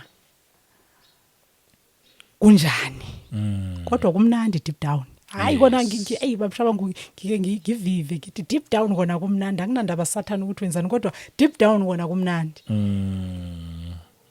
hayike ijeni yami yahamba ngaqala ngazibona babushabangu zonke into engizintshontshiile babushabangu ngizithola ngamabheke kanje siphindisa abalungwini mina lo yebo ngisiphindisa hayi ngiyaphindisa manje usiphindisela bengaboni kangize abahleli bekhona abekho namanje angizithathile babengekho namanje ngiziphindisa azisebenzi namanje zisekhona phinde 2024 sisekhona namanje ngiphinda ngiziphindise ngizidingi manje inkosi yami uNkulunkulu nokukhuluma lokwethu kakhulu uthola ukuthi babushabangu ukhulume wadelela sothatha ifoni baba ngiyaxolisa lento engangishilo inkosi yabe yayimbi babushabangu ubona ububi bakho nenkulumo zakho uzikhulumile ebantwini uyazibona ukuthi noma ngabe bekunjani kodwa bengamelanga ngikhulume kanje bekungasondawo yami le ukuthi ngikhulume kabi so ngicela ungithethelele yebo umoya ongcwele babushabangu uzinto zonke uphumula so wena sesweli hayibo babushabangu yazi ke ngizibuze abantu kuthiwa hayi abazalwane mabanikele uthengele umfundisi isuti hawu ufuna isuti hayi awulidinga isuti isuti lani no lokho nako kwenele konke babushabangu kuyenzeka automatic esubheka ukuthi hayi ubani uthi into ehluphayo inkosi inkosi yami uNkulunkulu aze asize abantwana bakho umhlaba wonke asize abazalwane abangakaboni asidingi lutho babushabangu asilambi thina angithi manje umntanami uyabuza uthi mama usho umoya ongcwele unjani ngithi unomntwana umntanami uyabuza ukuthi mama umoya ongcwele unjani khawungi-explainele ukuthi ufila kanjani kahle kahle ngithi ke mina yambona umntanakho ngithi angithi uyahamba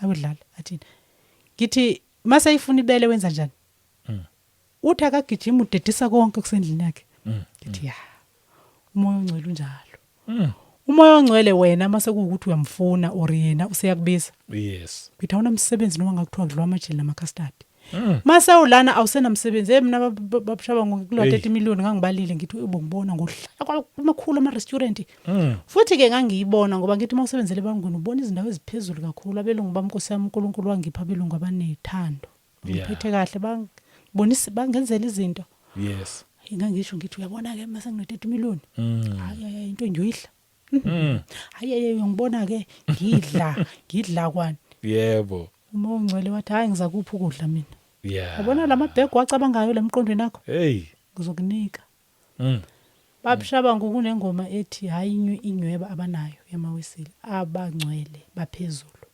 abemiyo phambi kwayo inkosi yethu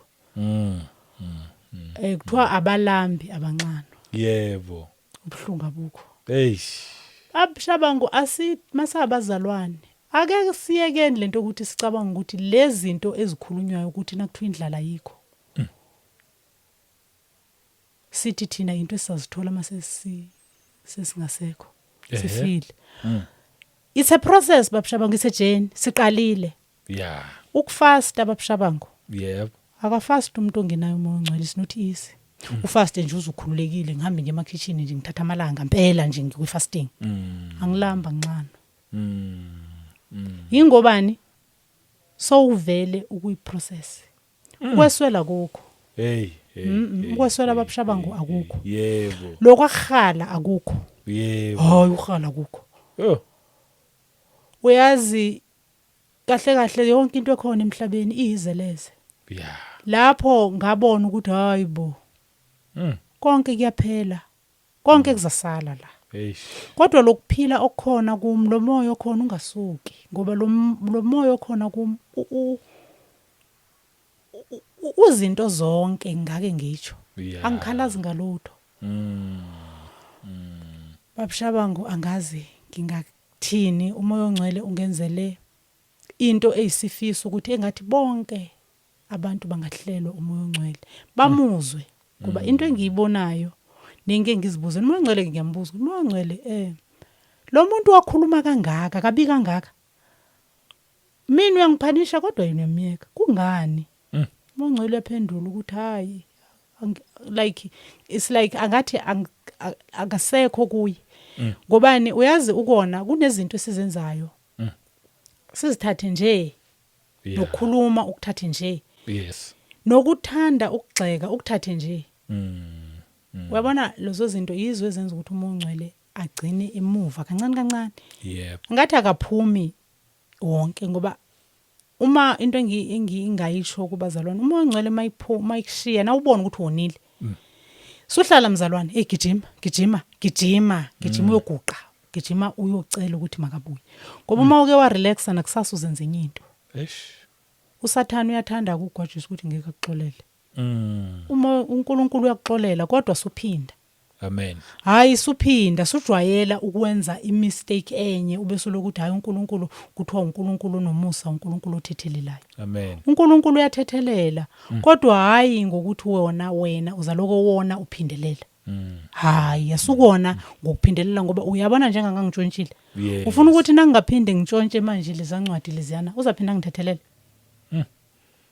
uzangithethelela kodwa iyehla lento umoya ongcwele ungathi into egcwalayo the more umosha wona uyehla kanjalo mhlawumbe mangabe ku 10 liter cishe ugcine sefika ku 1 liter to 0 liter uze ugcine ngoba wena kahle kahle ozokumshila umoya ongcwele uyisipho umoya ongcwele uNkulunkulu akasithathi into akuphe yona wena uyamlahla umsindisi amen so ke babushabango kuye kwabanjalo ungabuza ke imibuzo mhlawumbe nawe lawo ungafisa ukubuza khona kodwa nje ukubalekile bazalwane yebo babushabango mina ukuthandaza ngangakwa ufunde uBhayibheli ngangakwazi ukuyivula iBhayibheli ngangakwazi ukuyifunda ukuthandaza mina ngangakwazi ngaphandle kwemiliyoni le engasayithandizeli ke u30 million yebo umoya ongcwele ungifundise ukuthandaza umoya ongcwele ungifundise ifasting umoya ongcwele ungifundise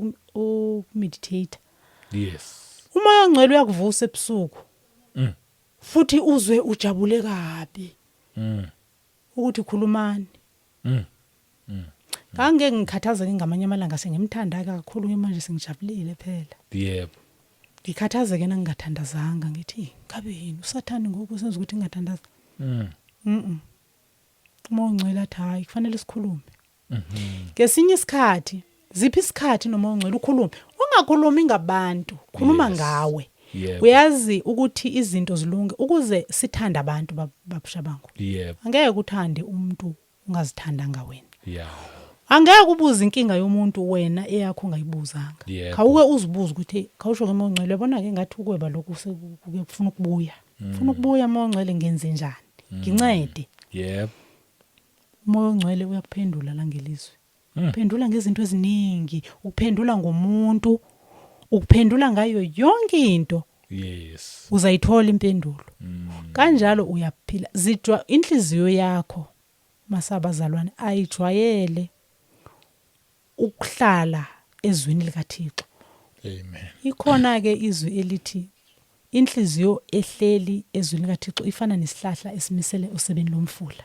esidonsa amanzi ngesikhathi zonke ukuze sithele iziqhamo yebo so inhliziyo yakho ayingabi kude mawungazi mawubona ukuthi inhliziyo yakho ihambela kude ngiye ngithi mina ngoba into ehleli ilula kumina uba uthi sizulu ngithi mthuba uthi uzulu noba kayifonge langa nobona ukuthi ngathi khona into ihambayo do something okanye ngathi phinda iscripture akube nevesi nje akube nevesi ephilayo kuwe okanye ke mhlawumbe ube nale ngoma owaziyo ukuthi yabona ke mase ngihlabelela le iyawudonsa umoya iyawubuyisa ngoba kuningi okwenza ukuthi ngesinye isikhathi uthola ukuthi hey kuyaphazamisa ufuna ukungisusa okunye futhi asingazikhathazi ngezinto eziningi zalomhlaba singazikhathazi ngokuningi thina kwethu hayibo phela ukusindiswa kulula uyazi manje ngike ngisho ngithi awukodwa uMongcwele ngiyabonga ngibonga nabazali ngibonga konke ngithi ngiyabonga uSathane wayithi kunzima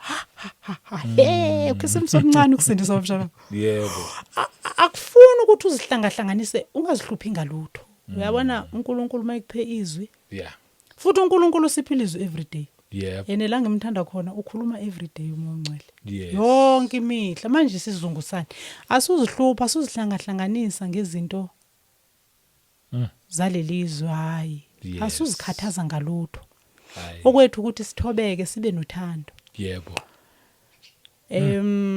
encwadini kaIsaya babushabangu yebo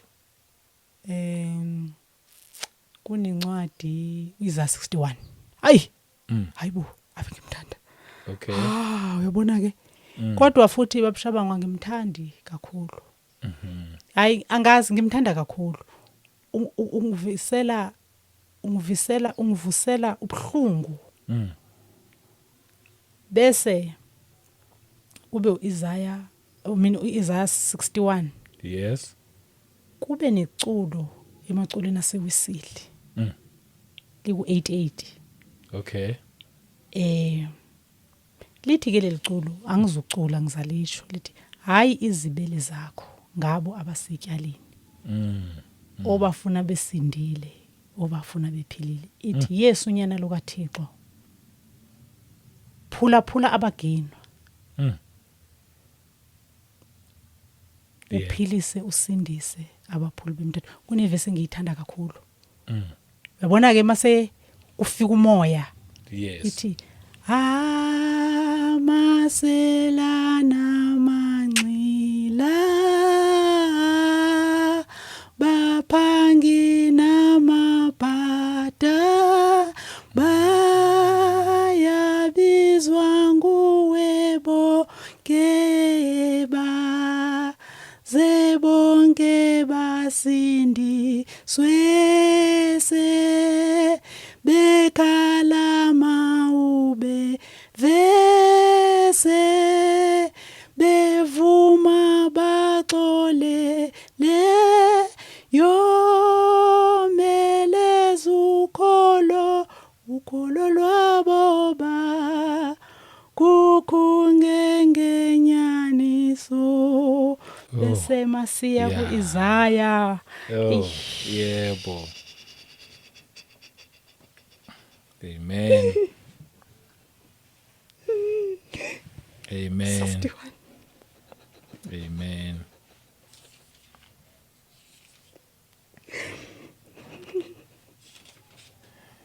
amen Siqala yebo ngiliphethe ngesilungu la kimi the spirit of the Lord God is upon me because the Lord has anointed me to preach good tidings to the poor. He has sent me to heal the brokenhearted, to proclaim liberty to the captives, and the opening of the prison to those who are bound.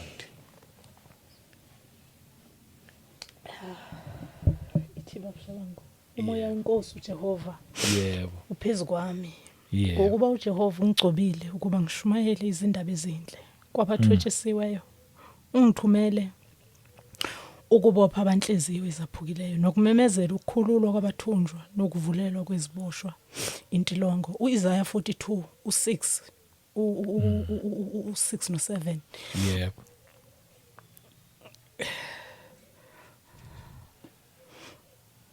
It like him go 6. I, the Lord, have called you in righteousness, and will hold your hand. I will keep you and give you as a covenant to the people, as a light to the Gentiles, to open blind eyes, to bring our prisoners from the prison, those who sit in darkness from the prison house. Babshabango. Yebo.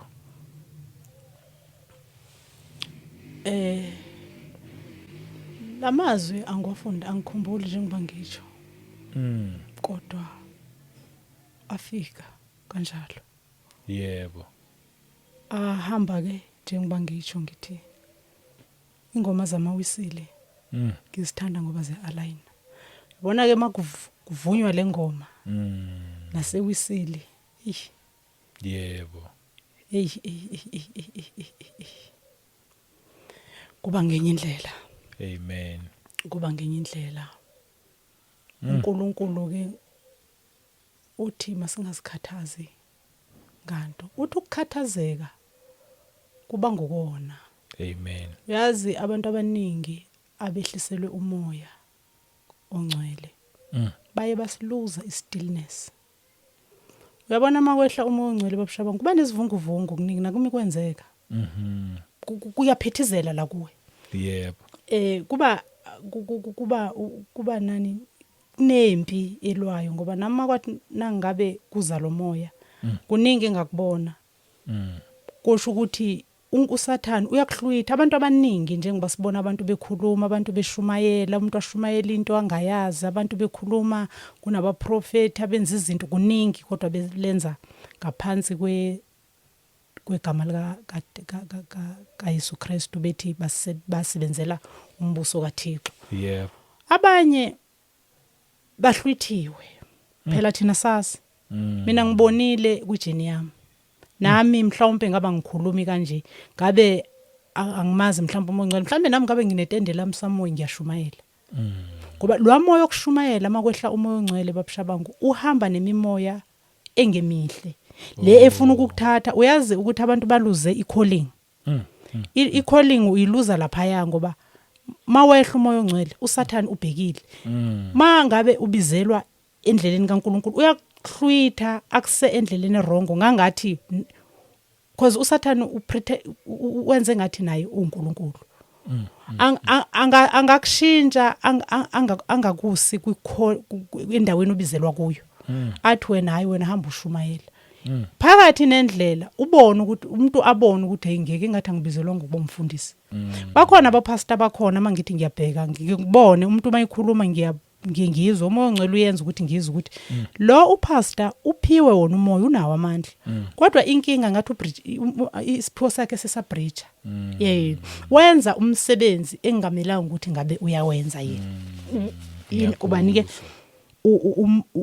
uSathane uye wambreach. Abanye ugcina uthola ukuthi umuntu wayiphiwe ukushumayela waphiwa amandla. Uhamba kuhambe kuphele.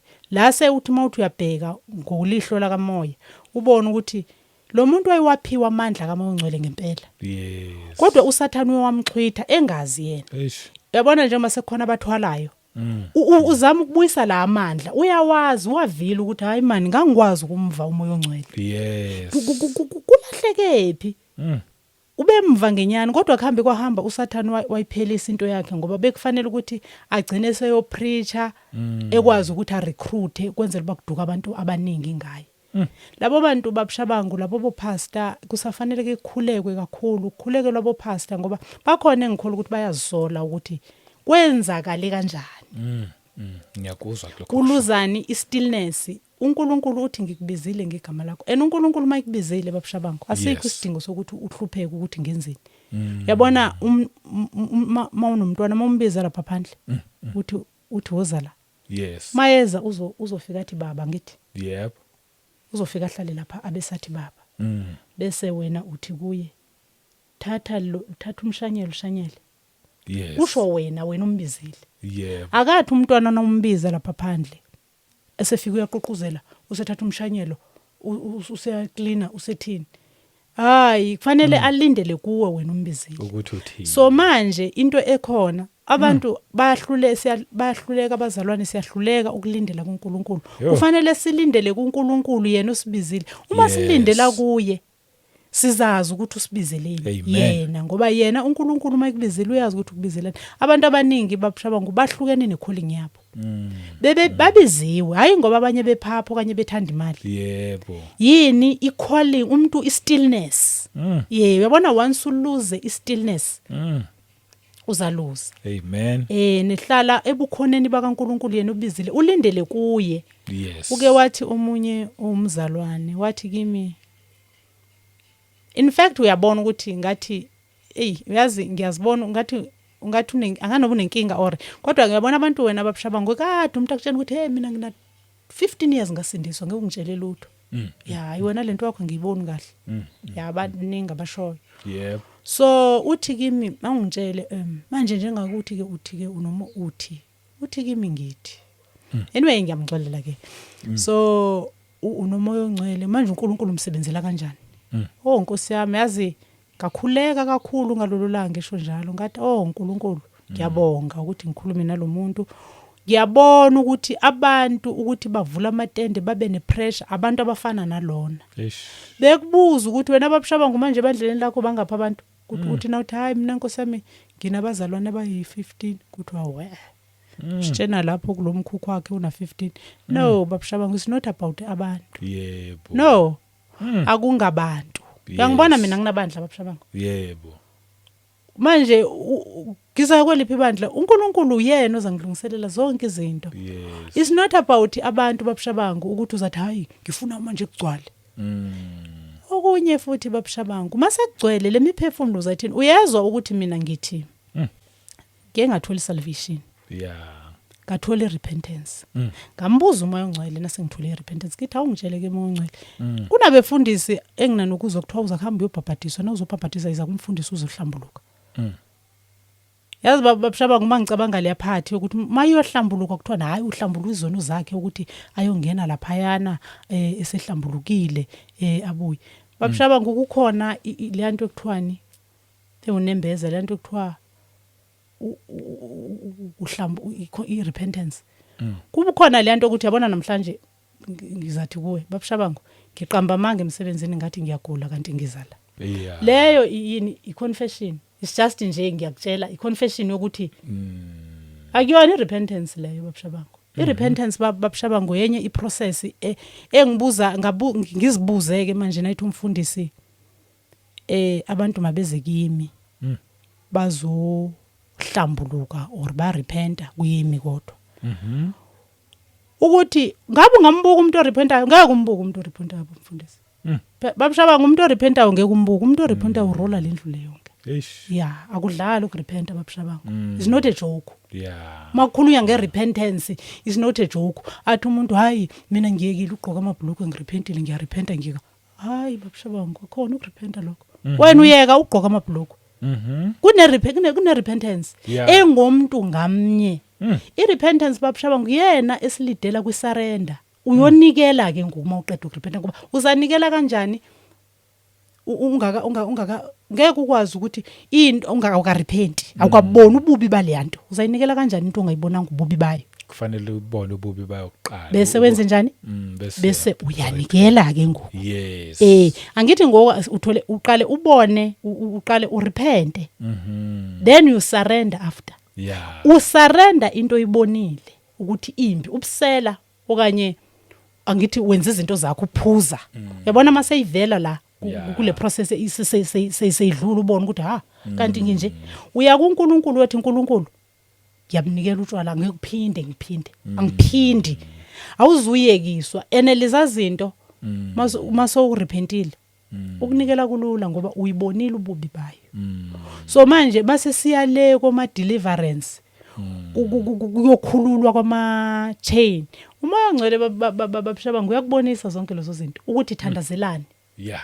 Uyamazi babshaba ngumoya ongcwele ukuthi bengumuntu obekhona ukubona njengoba nomuzi ekhaya ubone abathakathi mbone umuntu uxoxe nomthakathi ngithi since ke isikhathi esiningi ngikhula bengukuphiwa lokho.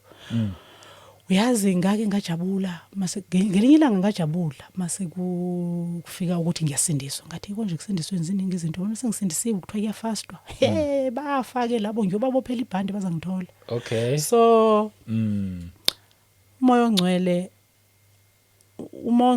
uNkulunkulu akasithembisanga indlela elula kodwa Yeah. uthe nasemanzini amaningi uyawungena nathi awusikhukhula uthi nasemlilweni Yes. uthi siyawungena emlilweni kodwa asiyusha Yebo. awusondela utho kanjalo uNkulunkulu Yebo. so akasithembisanga indlela elula akashongo ukuthi ngoba sewusindisiwe wena uzokwehlelwa izinto Yeah. uNkulunkulu babshaba ukhona ukubona umuntu owenza ububi abese uNkulunkulu athi lo muntu kwenzekile enewazi ukuthi ilento ezenzeka la kusho ukuthi lo muntu musi Yeah. yenze njani ke manje babshaba khuleka ukuthi kufa umuntu Cha. uyazi umoya ongcwele Siphindisela kubi ngokubi. babshaba umoya ongcwele ingathula wathi uyabona ke lokho kwalabantu kuzomele laba ongaqale ngathandaza ngithi ngizithandazela into zakho phela siyazenzela namanje ngisakwenza kwami wabe sakubuyise kumoya ongcwele it's not like manje ngiperfect hayi ngisakwenza kodwa umoya ongcwele yena uyakubuyisa athi ha ebuya manje akukhona lokho awuhambi ayiyona lo ndlela so manje athi ke lo muntu lo njengoba kuukuthi wenza kanje wenzani yabona komunye umuntu angathi ngingathandaza nje ukuthi isitha singasondeli kumina hayi isitha sasondela phela isitha awusifundisanga usitha senza umsebenzi waso in fact Yeah. hayi usitha senza umsebenzi waso Yes. uthi umoya ongcwele kuzomela ukukhulule uzomela uzokhulekela ke manje ukukhulula konke zonke izinto kusho ukuthi uyakhulula uthandaza kanjani uma ubhekene nesitha Yeah. fanele ukhulekele amandla isitha isitha umuntu usitha umuntu umsebenzi wezandla zaNkulunkulu Yeah. uzokhulekela ukuthi akafe umsebenzi wezandla zaNkulunkulu awudalanga umuntu wena isitha naso sibanjiwe babshabangu Yeah. umoya ongcwele wangitshela wathi labantu laba baboshiwe ene wena fanele ukuthi ubakhulule uma uthi mama uthi umthakathi akafe kanti uzokhulula bani Yeah. bayibona ke manje isho njalo babshabangu so umoya ongcwele ungifundise into eziningi uyazi isitha okanye noma umthakathi noma ngimbonile inhliziyo yami babhlungu babshabangu mangibona umthakathi ngempela ngiyakhathazeka ngoba kuvela okuningi ene manje abantu bakhona bayeza kimi umuntu axoxe ukukhombisa ukuthi ubophekile Yeah, babophekile. babshabangu babophekile Kakhulu. babophekile ene thina sabazalwane yabona nje kanithakade niyoshisa ogwini uma usho kanjalo umsebenzi kaNkulunkulu othi uyoshisa ogwini guys really uyoshisa ogwini umsebenzi kaNkulunkulu wena wakhe umuntu njengoba sokuukuthi unepower olumini lwakho lokuthi uyoshisa ogwini uNkulunkulu uthi masibakhulekele labantu Yeah, sibakhuleke. ngoba wena kusho ukuthi wena uthi umsebenzi kaNkulunkulu ngoba bawumsebenzi kaNkulunkulu ene kufanele bakhululwe uwe ene sikhumbula ukuthi namhlanje umuntu angaba umthakathi okanye beyisangoma isithakatha esibulala abantu sasa babshabango aphenduke lo muntu Yeah, uNkulunkulu Abe akwazi ukumphendula umuntu. abe success usizo umthakathi Yeah. manje uyayibona ke babshabango Kunjalo. ukuthi indaba kaNkulunkulu imicabango kaNkulunkulu ayifani Ngaphezulu. ayifani nemicabango yethu indaba yambabshabango ihamba kanjalo Yes. babshabango uyabona njengangila abazalwane bonke ngiyazi ukuthi ke abanye in fact angazi ukuthi ngayibeka kanjani kodwa Nkosi yami abazalwane babshabango abaningi babambekile nabo abazalwane babambekile babshabango ifuna sibakhulekelwe wonke umuntu emhlabeni kufanele simkhulekele ngoba abazalwane babambekile bayamthanda uNkulunkulu kodwa babshabango uyithanda kanjani into ongahambi ngendlela yayo Yeah. ophika indlela yayo uNkulunkulu siyamthanda babshabango kodwa imithetho yakhe izikonke akukhulumile uNkulunkulu asikwenzi thina senza kwethu Yeah. so abazalwane bonke umyalezo uzafika asenzeni intando kaNkulunkulu sambeni ngendlela kaNkulunkulu asingazikhathazi ngokunasingakhathazi asingazikhathazi ngabantu ukuthi abantu abake endaweni ethile kwaze kwathina hayi thina masikhulekeni abantu utsho Isaiah because leli verse eliku Isaiah ngilithola libopha wonke umuntu okhona emhlabeni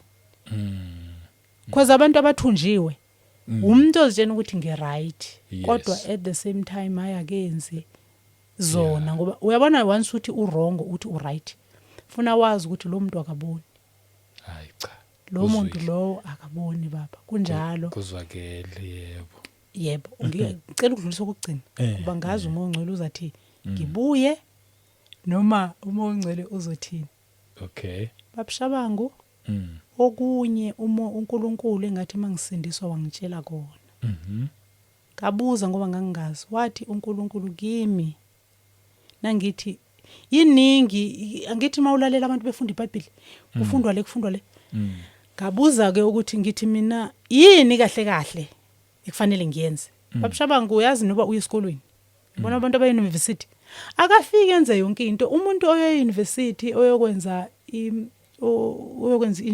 like for electrician uya straight kule department electrician angithi akahambi nini kuchef nini uya kahle kahle uya lapha yes ukuthi uNkulunkulu ngicela ukubuza ukuthi kahle kahle ufuna ngenzeni ngihambe kanjani ngoba angazi mina kuningi angigazi ngicela ukuthi ungitshele izinto ekufanele ngihambe ngazo azilulanga babushabangu izinto indlela kaNkulunkulu iwesi na umsha akubi lula kodwa ke ngoba uNkulunkulu uzoke iphefumulele iqiniso wathi uNkulunkulu uzogcina imithetho yami yolishumi imithetho yakho yolishumi ngangijabulile nangiphuma kaShembe ngithi hawu isabatha manje umuntu womgqibelo uzahla babushabangu uNkulunkulu wathi kimi wathi ngizagcina imithetho yakhe yolishumi ngathi ha unesabatha kuyaphendela kanti isabatha angiphele eBhayibheli ngithi isabatha ngadela kaShembe yavela babushabangu imithetho kaNkulunkulu yonke uyishumi ngayibona eyathi uma ungahlabeli amadlozi kungani ngoba sikhonza uNkulunkulu ivelaphi le uyithathaphi angithi mina issue yami ngesabatha ngithi manje icawe yayingevele kuba ngithi uNkulunkulu uyakuphendula babushabangu uyakuphendula ngoba la ngimthanda khona into yakho uma uyibeka ngalendlela uyiveza ngalendlela ngathi mina isabatha ngoba phela sicawa Sunday wathi uNkulunkulu umoya ongcwele wathi amadlozi kwazovela incwadi ngizakutshela babushabangu incwadi kayo Jakobe 2 uverse 28 okay uverse 28 yavela yathi mawuphula omnye wemithetho yami uyiphule yonke babushabangu phela azange kube mnandi akumnandanga kahle kodwa ke yaba njalo ke indaba yami noNkulunkulu yahamba kanjalo yebo so futhi ke ngiyamkele babushabangu ngiyamkele as it is angifuni into engathi ingavela ithi hayi kodwa la sithi okunye futhi uyabona mawusasemsha njengami kuningi okuye funa ukungiphazamisa kodwa umoya ongcwele wangimisa ndawonye yazi ukuthi iTestament elidala mina ukube mhlawumbe ngangisonta mhlawumbe nalabo bazalwane yazi ngabe angilifundi ngabe ngifunda incwadi ezi4 konje kwakuthiwa yeziphi angisazi ukuthi yeziphi zazibaliwe kona abazalwana abanye because angithi njengoba umzalwane uyahlangana nabanye abantu uthi hayi thina sibhalelwanga lozo ncwadi kathi kodwa inkinga mina njengoba ke ukuthi kuthiwe ngifunda uIsaiah kwiTestament elidala ngithini ke nginalo inkinga ukuthi mina angikhulumi ke manje ngabanye ngathi hayi angeke ngikwazi ukuxoxa nabo ngoba manje bona angeke ngithi mina isikhathi esiningi umuntu angimphikisi baba ngeke ngithi yena umoya ongcwele umhola ngalondlela ngingethi unamanga ngoba angazi kodwa ngathi mina ngokuthi mina uNkulunkulu weza ngelizwi elikumika ngabese ngambulela incwadi kaIsaiah ngizayithini lencwadi kaIsaiah ngoba iTestament elidala fanele ngingahambi ngayo incwadi kaIsaiah ngize kulama testament amasha kungani kanti iBhayibheli ngibuza ukuthi kanti le ncwadi le ayilona yini iqiniso bathi hayi ihilo ngithi kanjani ngoba manje kunabantu abakhuluma ngeTestament entsha kunabantu abakhuluma ngeTestament ngoba le imithetho elishumi ngangiyimenshile kubona bathi hayi thina asiphili ngiphansi komthetho yabona babushabangu angazi yazi ngike ngifise ngelinye ilanga engathi uyabona ngoba angithi ngisasemusha mina nje kuxoxo uyabona liyangxoxo enhle ingxoxo inganakuthi ini kuxoxo nje ukuthi lezi ndaba lezi zikhona babushabangu zivelaphi mhlawumbe ukuthi iTestament elisha thina njengoba sesikhona sifitha kulo kodwa ke umoya ongcwele yena uzosiza kanti ke nje silifunda lonke iBhayibheli uzosiza umoya ongcwele engizwayo lapha uthi nesabatho yaligcina babushabangu ebezikhuluma iqiniso isabatha babushabangu nangiphuma kaShembe ngaliyeka ngangijabule kabi phela ngiliyekile isabatha yebo kodwa ngifuna ukukutshela babushabangu uyazi kusukela lo nyaka uqalile akupheli angikuthola ukuphumula angaligcini last week angiligcinanga sengisho ukuthi since angakaligcini kodwa angikuthola ukuphumula ngoba angigcini 10 commandment isho kanjalo ngathini yazi into yami ithini ifike uNkulunkulu umoya ongcwele ufike ungitshele something ngiyignore hayi ngijwayele ukuzignore kodwa uyabona mase iphinda kaningi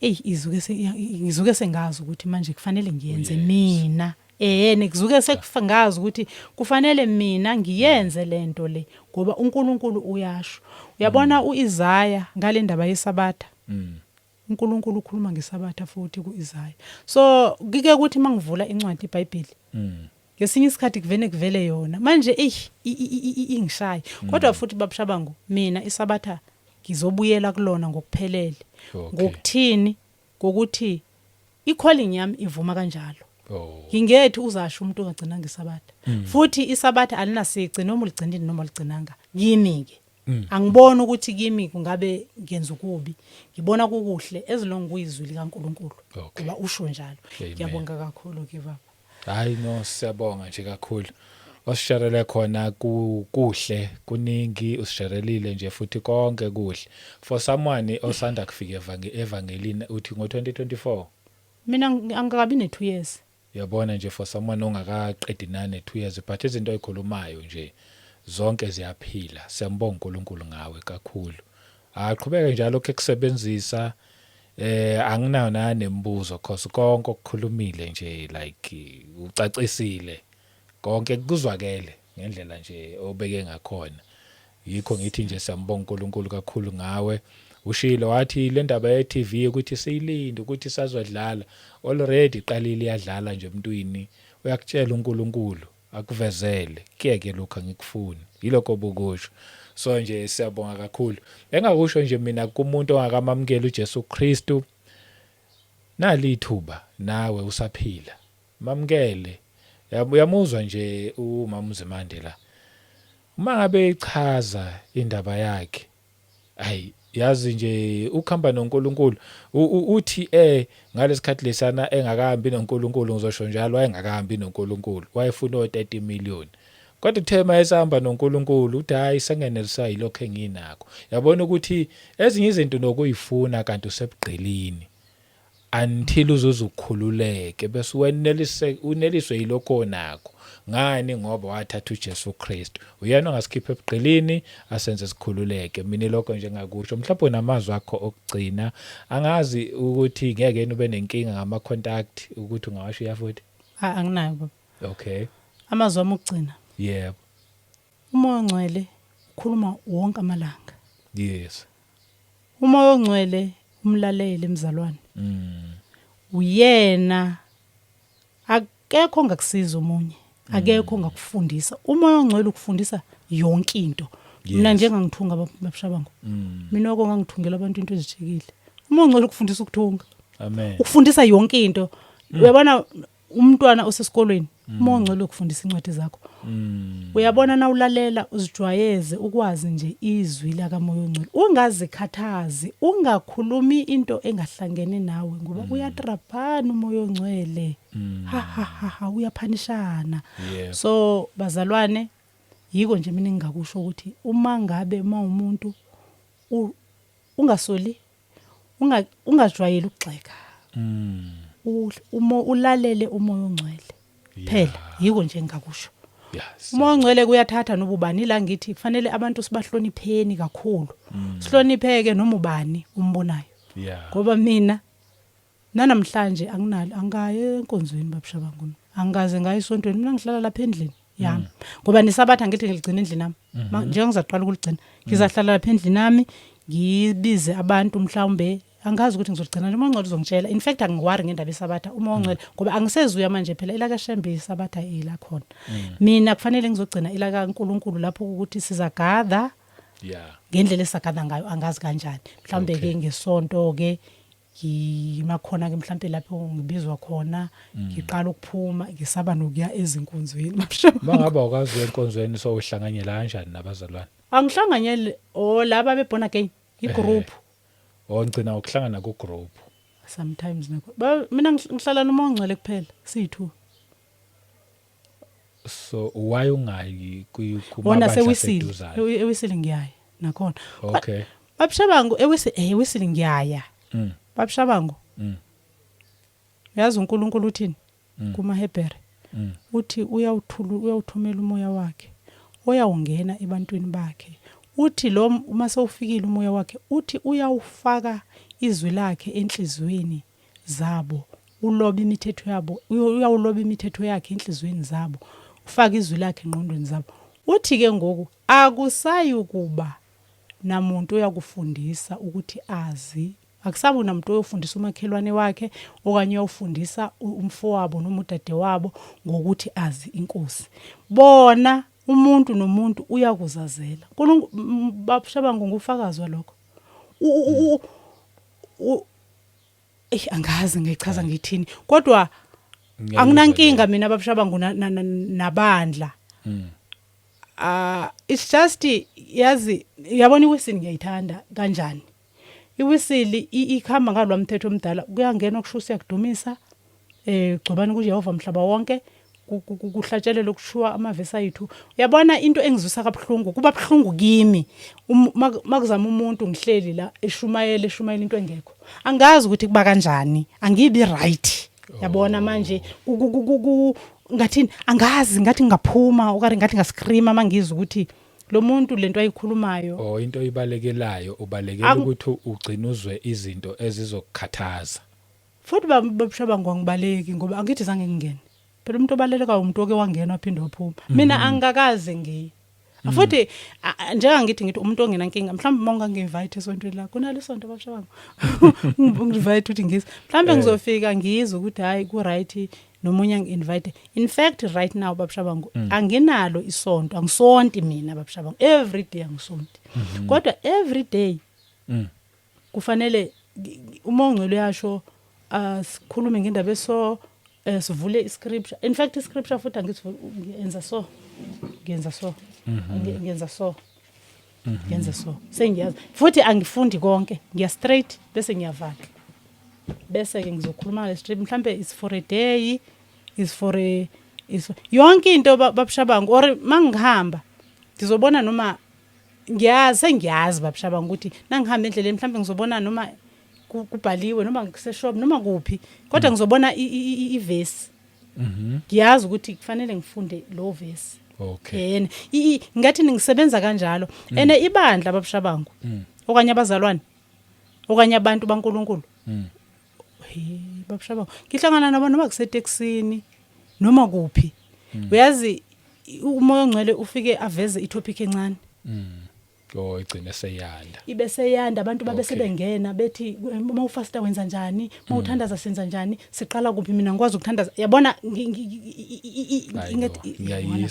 ngiyayizwa haya siyiva kodwa ngiyafisa ukuhlangana hlangana nabazalwane bonke ngiyafisa nami ngifunde babushabangu ebantwini yabona uNkulunkulu ngifunde ebantwini siyabonga kakhulu bazalwane bakuthinta uma kukhona ufuna ukuthini 0838604005 okay yebo sibonga kakhulu futhi uzile waletha ubufakazi bakho Siyabonga nje uNkulunkulu akakusize lokho ekusebenzisa nje kakhulu futhi yilokho nje engakusho silibonga isikhathi sakho kakhulu. Siyabonga. Uyawusizile nje testimony yakho ngiyazi wesiza abantu abaningi. Siphinde sibonge nasemakhaya kuwo wonke umuntu. Siyabonga nje abazalwane inkosi ayinigcine nani nibusise nonke. Siyanithanda nje ngendlela eyisimangaliso. Ngomusa wenkosi uJesu Kristu siphinde sihlangane futhi kwivideo elandelayo. Amen.